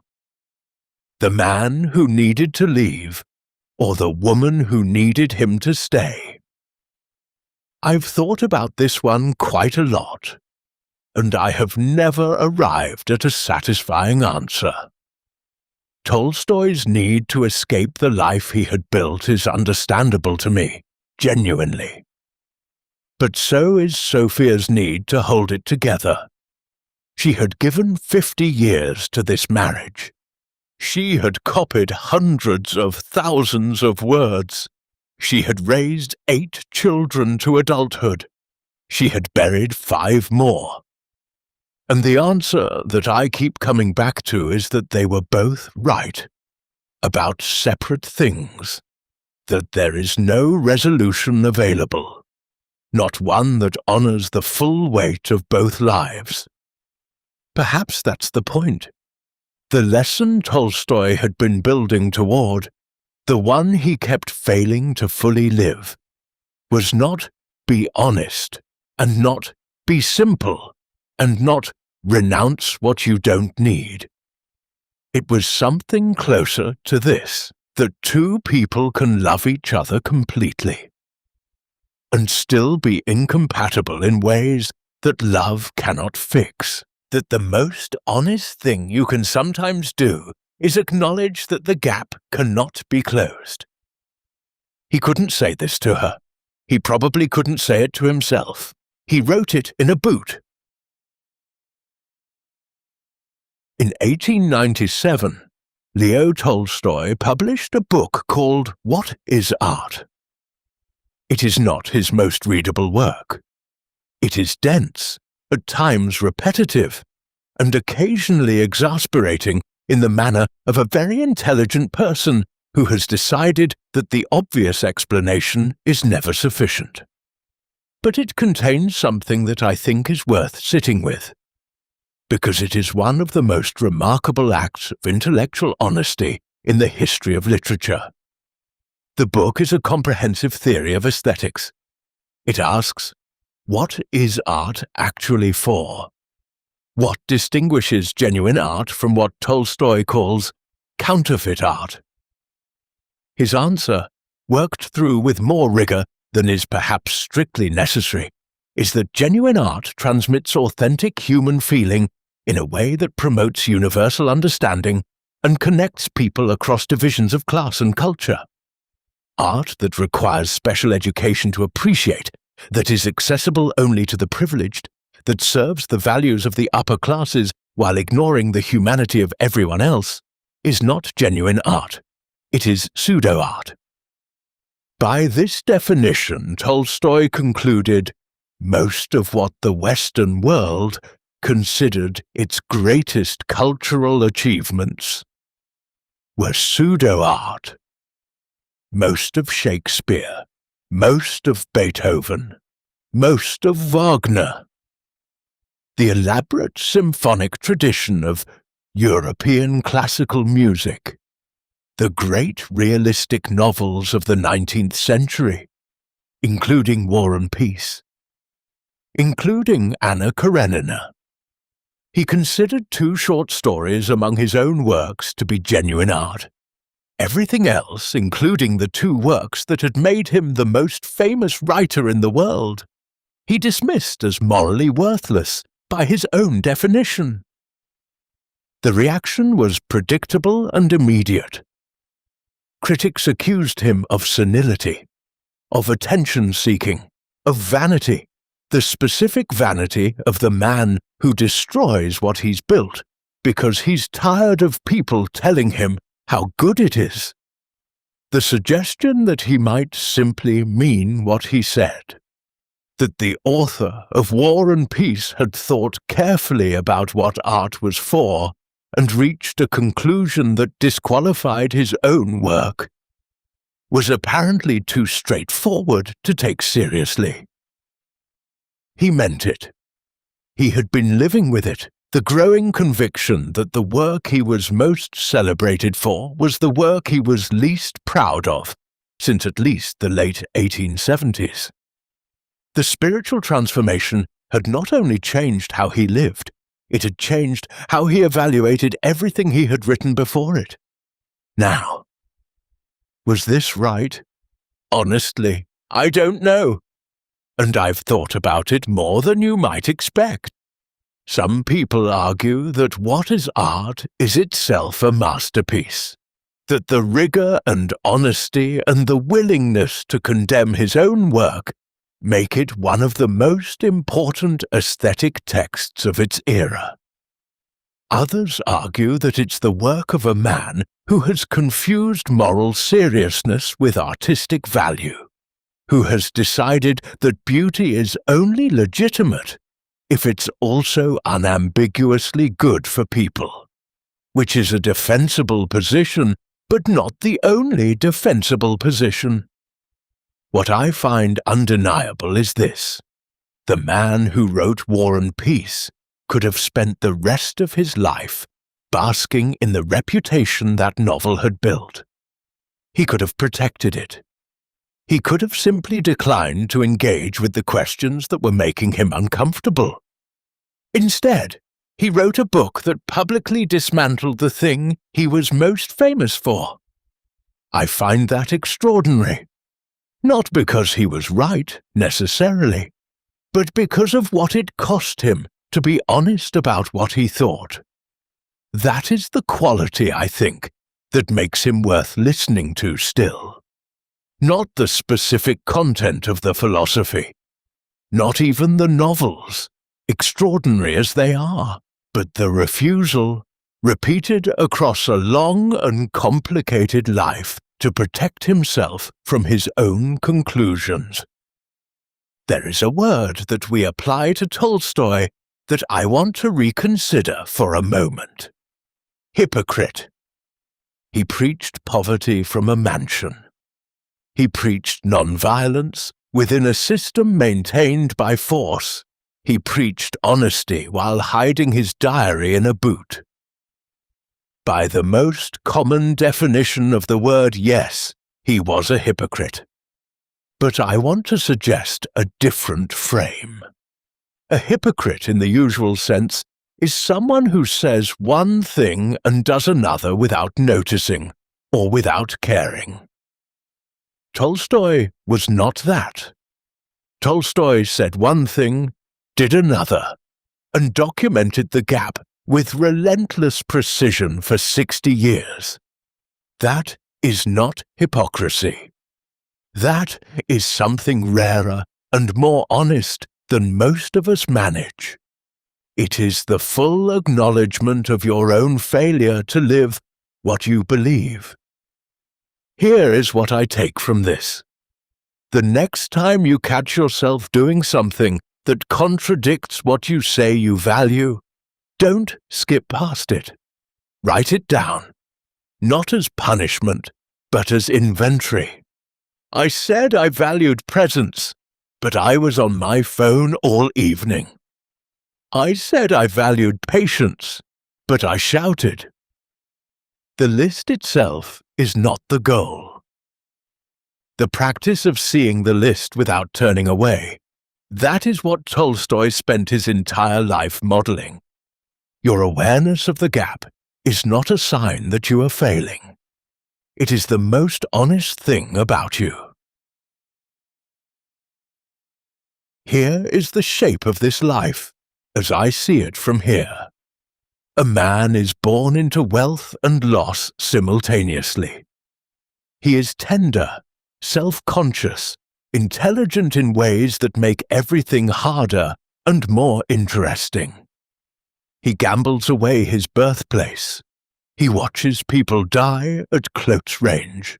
He comes home and writes the greatest novel in the Russian language. He gives his bride his worst secrets before the wedding. He watches her copy his masterpiece 7 times by hand. He reaches the peak of everything a writer can achieve. And then he asks himself why none of it is enough. And then he finds what he believes is the answer. It is simple. It is almost embarrassingly simple. Live for others, not yourself. Take what you need and nothing more. Love your neighbor as yourself. Don't accumulate. Don't perform. And then he spends 30 years failing to live it. And then his daughter dies. And then his wife goes to war with his disciple. And then he hides his diary in a boot. And then he calls his masterpiece worthless. I want to ask you something, and I want you to stay with it rather than answering quickly. Does this story disqualify him as a teacher? I don't think it does. I think it does the opposite.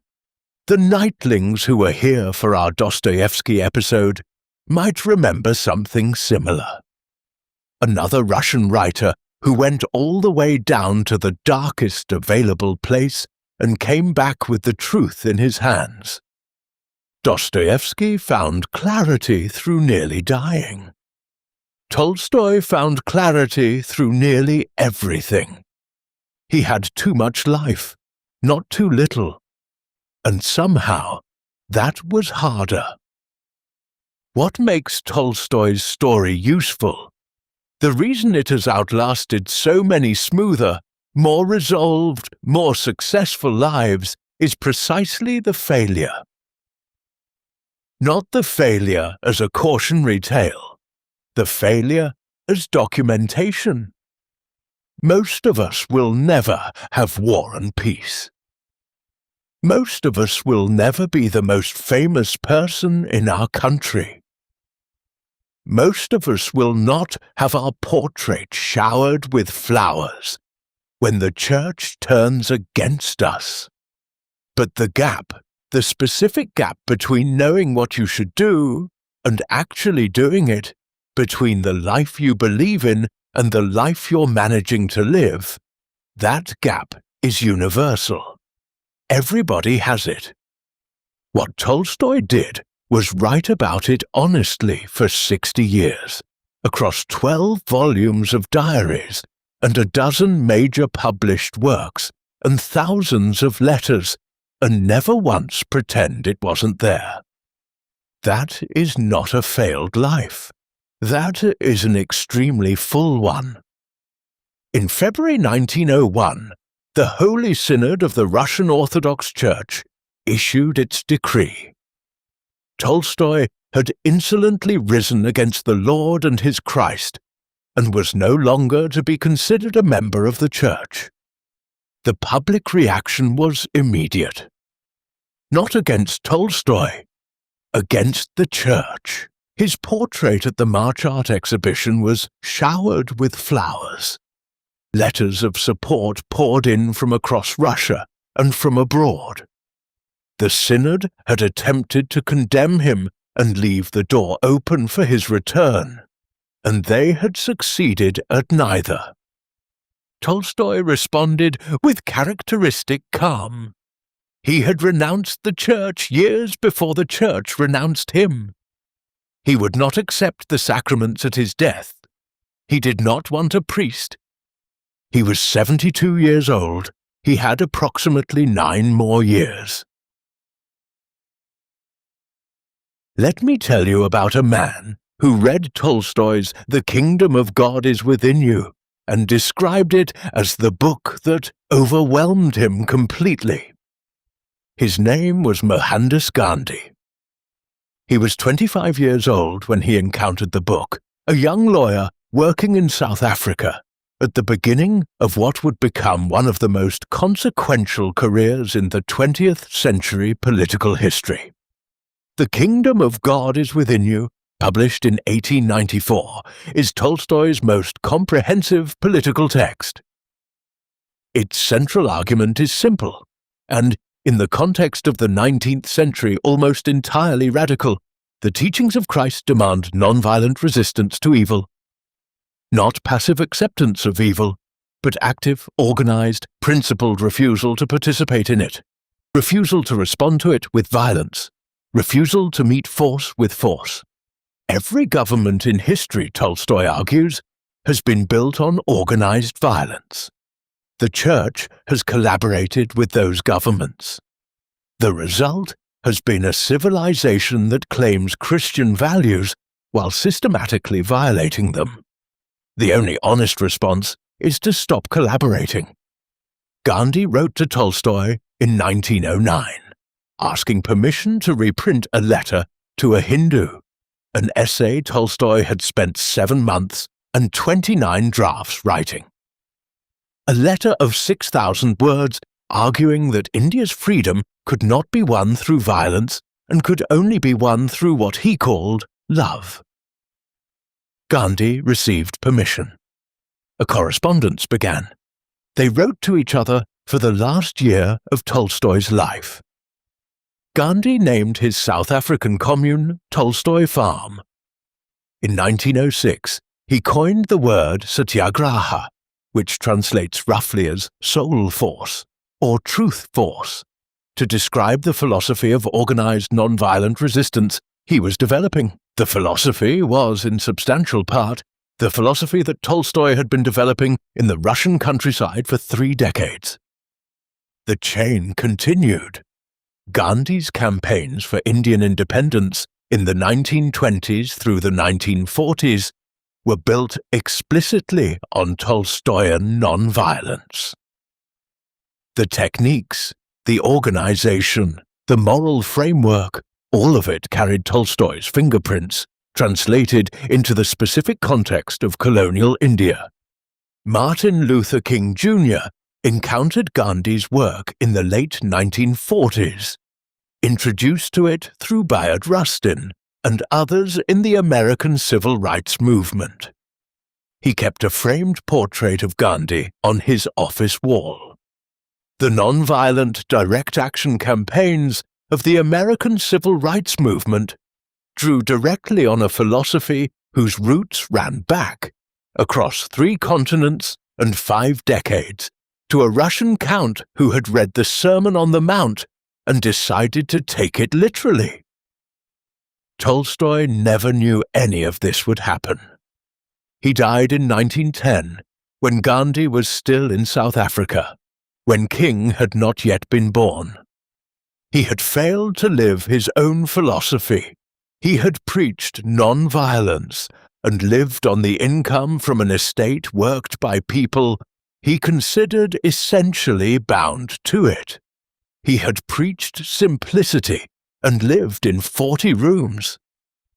He had tried to close the gap between his beliefs and his life for 30 years and never fully succeeded. And yet, the ideas travelled. The ideas landed in the mind of a young lawyer in South Africa and turned into the most effective nonviolent resistance movement the world had ever seen. And that movement travelled and landed in the mind of a young minister in Montgomery, Alabama, and became something that changed the legal and social structure of an entire country. Personal failure, documented honestly and shared openly, becoming the foundation on which other people built the things they needed to build. The glass empties. The water goes somewhere. In the years between Masha's death in 1906 and the autumn of 1910, the house at Yasnaya Polyana continued to exist. People moved through it. Meals were prepared and eaten. The library stood in the same room it had always stood in. The birch trees along the avenue were exactly where they had always been. But something had changed in the texture of the place. Tolstoy was writing. He was still writing, always writing, the diaries and the philosophical essays and the occasional fiction, because writing was the thing he did the way other people breathe. But the quality of his presence in the house had shifted. He was there. And increasingly he was also somewhere else entirely. Somewhere Sophia couldn't follow and couldn't reach. The surveillance continued. The searching of papers, the reading of documents, the watching of Chertkov's movements. Sophia was not a cruel woman. She was a woman who had given 50 years to a marriage and a family, and was watching the man at the center of it disappear into a philosophy she had never fully understood, and an allegiance she had never fully trusted. I want to tell you a small thing about Tolstoy in these years, because it's easy, in the drama of the final crisis, to lose the ordinary texture of his life. He learned to ride a bicycle at 67 years old. This strikes me as exactly the kind of detail that resists easy symbolism, but insists on being included anyway. The most famous writer in Russia, the prophet of simplicity, the man who had renounced meat and leather shoes and fashionable clothing, going out onto the road at 67 and learning to ride a bicycle with the dogged, slightly absurd persistence of a man who has decided he is going to learn to ride a bicycle. He had a library of more than 23,000 books in 39 languages. He spoke or read at least 14 languages himself. He removed eggs from his diet in 1903 after a friend suggested that eggs might constitute taking life in its earliest form. He went through long periods of attempting to give away his royalties, then needing them back, then attempting to give them away again. He was, at 81 and 82, simultaneously the most celebrated man in Russia, and a man who had largely failed to become what he believed he should be. He had tried for 30 years. He had not stopped trying. He had not stopped failing. The pressure inside the house had been building for years. The confrontation about the secret will had not resolved anything. Sophia's surveillance had not resolved anything. The correspondence with Chertkov, the ongoing publication projects, the gathering of his manuscripts, none of it had resolved anything. In October 1910, Tolstoy began keeping what his family noticed was a new diary, hidden from everyone. He carried it with him when he left the house and brought it back concealed. He was at this point 82 years old. Something was approaching. He could feel it. He wrote about it in the hidden diary with the same clarity he had brought to everything he had ever written. He was running out of time to live the life he believed in. He was not going to wait much longer. So now we're back. You remember where we started? October 28th, 1910. Yasnaya Polyana. 3 o'clock in the morning. The estate is enormous and dark and cold. The birch trees are exactly where they've always been.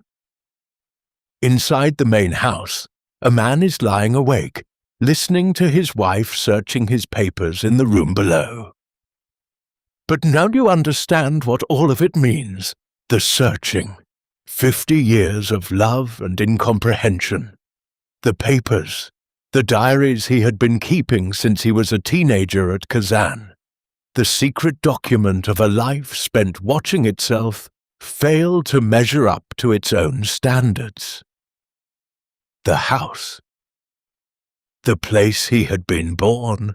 The place he had returned to again and again across 8 decades. The place where the people who were supposed to be permanent had kept quietly leaving.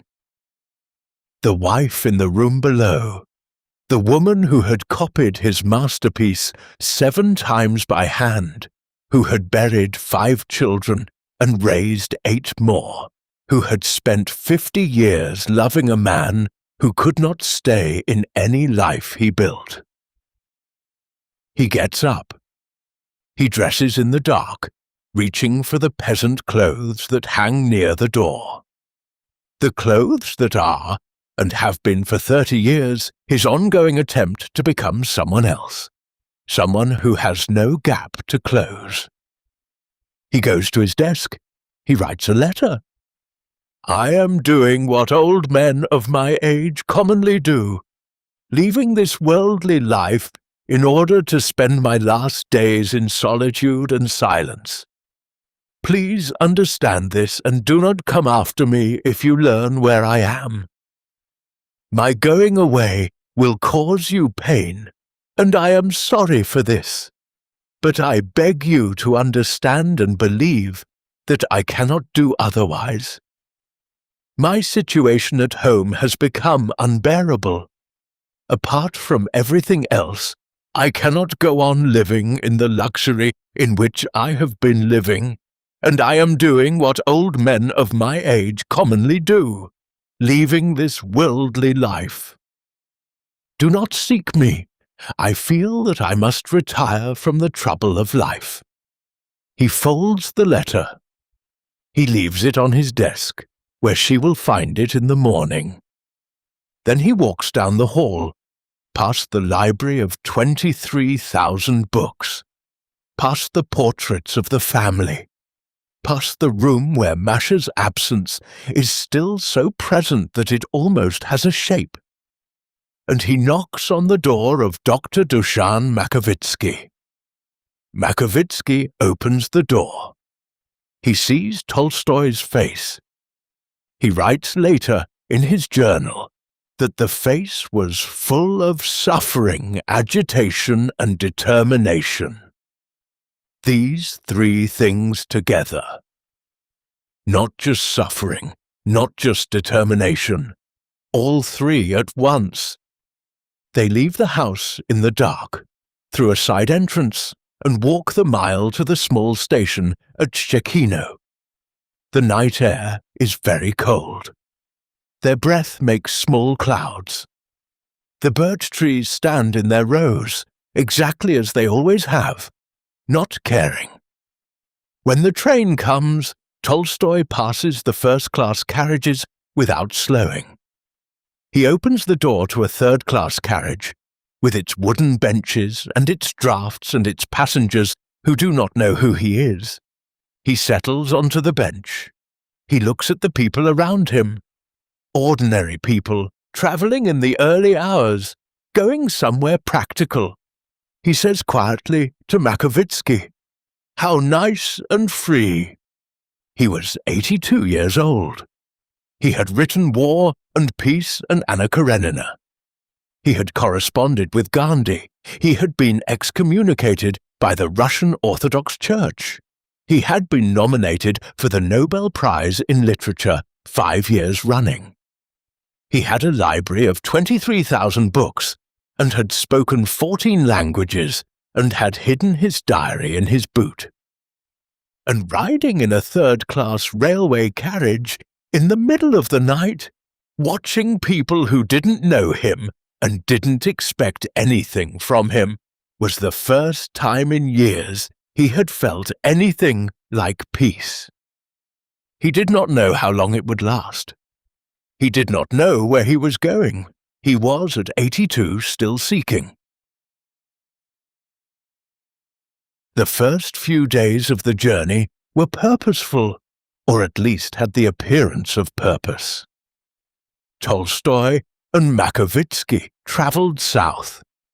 There was talk of going to the Caucasus, a region that had held a particular place in Tolstoy's imagination since his army years, when the mountains had given him the first sustained clarity he'd experienced as an adult. There was talk of going further south, to the warmer climate that his aging body might tolerate, better than a Russian winter. But the first destination, revealed to Makovitsky after they had been on the train for some time, was Optina Pustin.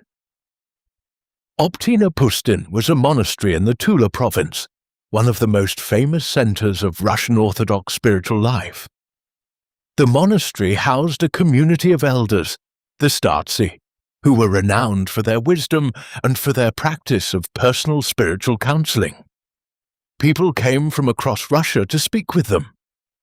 Tolstoy had had a complicated relationship with the Orthodox Church for 30 years. He had been excommunicated. He had published systematic critiques of Orthodox theology. He believed the Church had buried the real teachings of Christ under centuries of doctrinal accretion. And yet here he was, at 82, making his way to a monastery to speak with the elders. He arrived. He went to the gate. He stood there for some time. Then he turned around and walked away without going in. He could not make himself ask. He couldn't quite explain why, in the accounts that survive. He had come a long way to ask a question and found when he arrived that he couldn't speak it. Perhaps he was too proud. Perhaps he was too uncertain. Perhaps the question he had been carrying all these years didn't have a form that could be handed to another person. He sent a note through a third party, asking whether one of the elders might be willing to meet him. He received no clear response. He moved on. He travelled to the Sciamadino convent, a few hours away, where his sister Maria had lived as a nun for many years. He had not seen her in a long time. When he arrived, he found her and embraced her, and then he told her everything. The surveillance, the secret will, the diary hidden in the boot, the years of conflict between Sophia and Chertkov. The feeling of suffocation that the house had developed, the impossibility of staying. Maria listened. She had known Leo her entire life. She had watched him build War and Peace and then denounce it. She had watched him try to become a peasant while remaining a count. She had watched from a careful distance as his philosophy had grown into something that attracted followers and divided his family and ultimately failed to give him what he was looking for. She listened to all of it. She wept with him. Then she gave him tea. He spent a day at Sciamadino, resting. His daughter Alexandra, who had been notified of his departure by the household, caught up with him there. They made plans, tentative ones, to continue south. Perhaps to the Caucasus, perhaps further. But by the time they boarded the train again, moving south on October 31st, something was wrong with Tolstoy's body that went beyond tiredness. He had been travelling in cold, smoke-filled third-class carriages for 4 days. He had eaten poorly. He had slept intermittently. And he was 82 years old, with lungs that were already compromised. Dr. Makovitsky took his temperature. It was elevated. He took it again the next morning, higher. Makovitsky and Alexandra conferred quietly. They agreed. The journey had to stop. They needed to find somewhere warm and still, somewhere Tolstoy could rest. On the morning of October 31st, they looked at the route ahead and at the map and at the list of stations on the line. The next significant stop was a small rural station in the Ryazan province. The station was called Astapovo. Ivan Ozolin was the station master at Astapovo.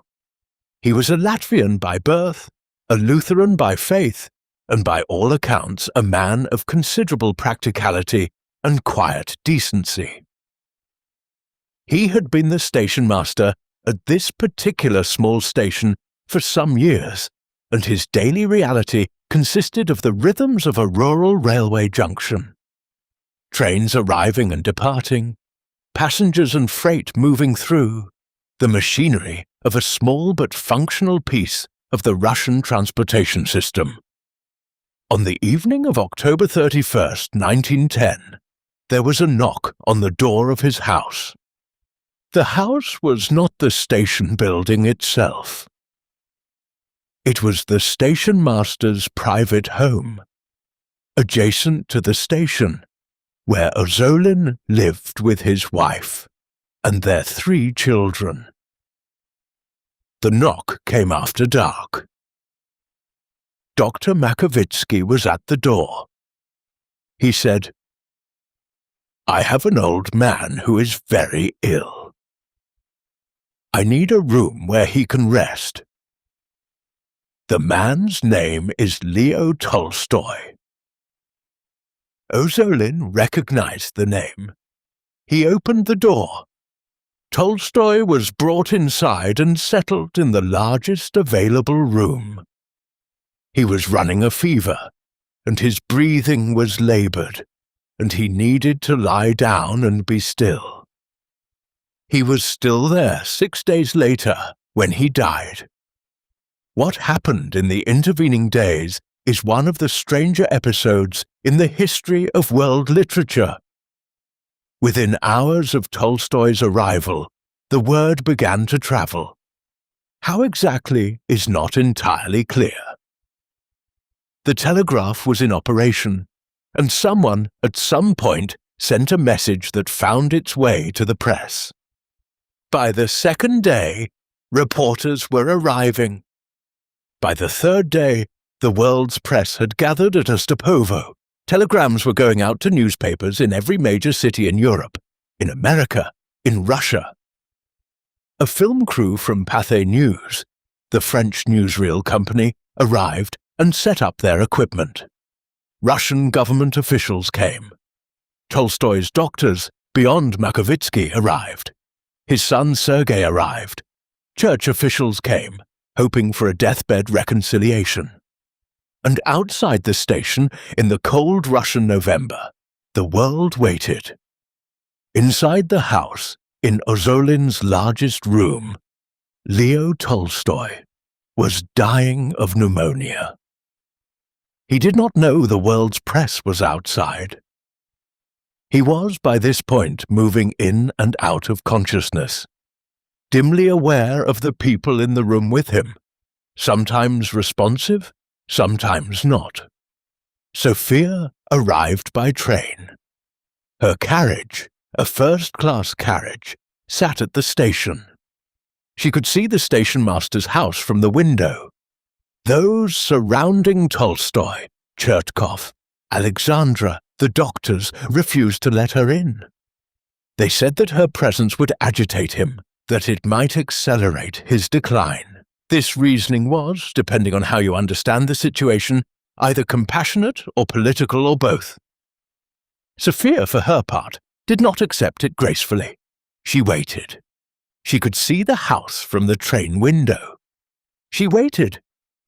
On the morning of November 7th, Tolstoy's condition had declined to the point where consciousness was intermittent and his words were scattered.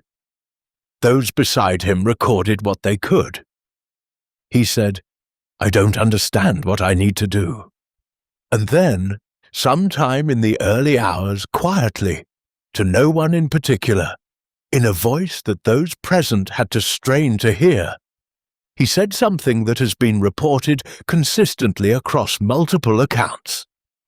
To seek, always to seek. At 6:05 in the morning of November 7th, 1910, Leo Tolstoy died. Dr. Makovitsky stepped forward and closed his eyes. Only then was Sophia brought into the room. Ivan Ozolin, the station master, walked out to the platform and stopped the station clock at 6:05. It has not been moved since then. It is there now, frozen at the moment of Tolstoy's death, in what was once a small rural junction station and is now a museum. The shadow cast by the lamp on the wall beside Tolstoy's bed was traced and preserved. The bedroom was kept exactly as it was on the night he died. In 1918, the station was renamed Lev Tolstoy. In 1939, the house became a branch of the Lev Tolstoy State Museum. A station master opened his door to a sick old man. An ordinary man, in an ordinary house, doing an ordinary decent thing. And the dying that followed in his rooms turned out to be, by some measure, the most public death of the century. Tolstoy had been, in the end, unable to escape the fame. It had found him in the station master's house, 6 hours from Yasnaya Polyana, dying of pneumonia caught from riding in cold third-class carriages in the Russian November. and he had died still seeking. The funeral was simple. He had asked for simplicity, and he received it. No priest, no ceremony, no religious service of any kind, just the body carried to the small woods at the edge of the Yasnaya Polyana estate, the woods he had known since childhood, and laid in the ground. Thousands of people lined the roads. Peasants mostly, the people he had spent 30 years trying to become. They came not as followers of a philosophy, but as people paying their respects to someone they had understood in some way as their own. He was buried in a simple peasant's grave, exactly as he had asked. No monument, no marker for many years, just a mound of earth in the woods. Sophia lived until 1919. She outlived the revolution, the Tsar's abdication, the beginning of the new Russia. In her final months, she confided to her daughter Alexandra that she believed her bitterness in Tolstoy's last year had contributed to his death. Whether or not this was true, she believed it. She carried it. The clock at Astapovo remained stopped at 6:05. The library of 23,000 books remained in the house at Yasnaya Polyana. The diaries, 12 volumes of several hundred pages each, remained. War and Peace remained. Anna Karenina remained. A confession remained. The Gospels in brief. The kingdom of God is within you. The letter to Gandhi. All of it, the enormous output of a man who had spent his entire life trying to tell the truth about what he saw.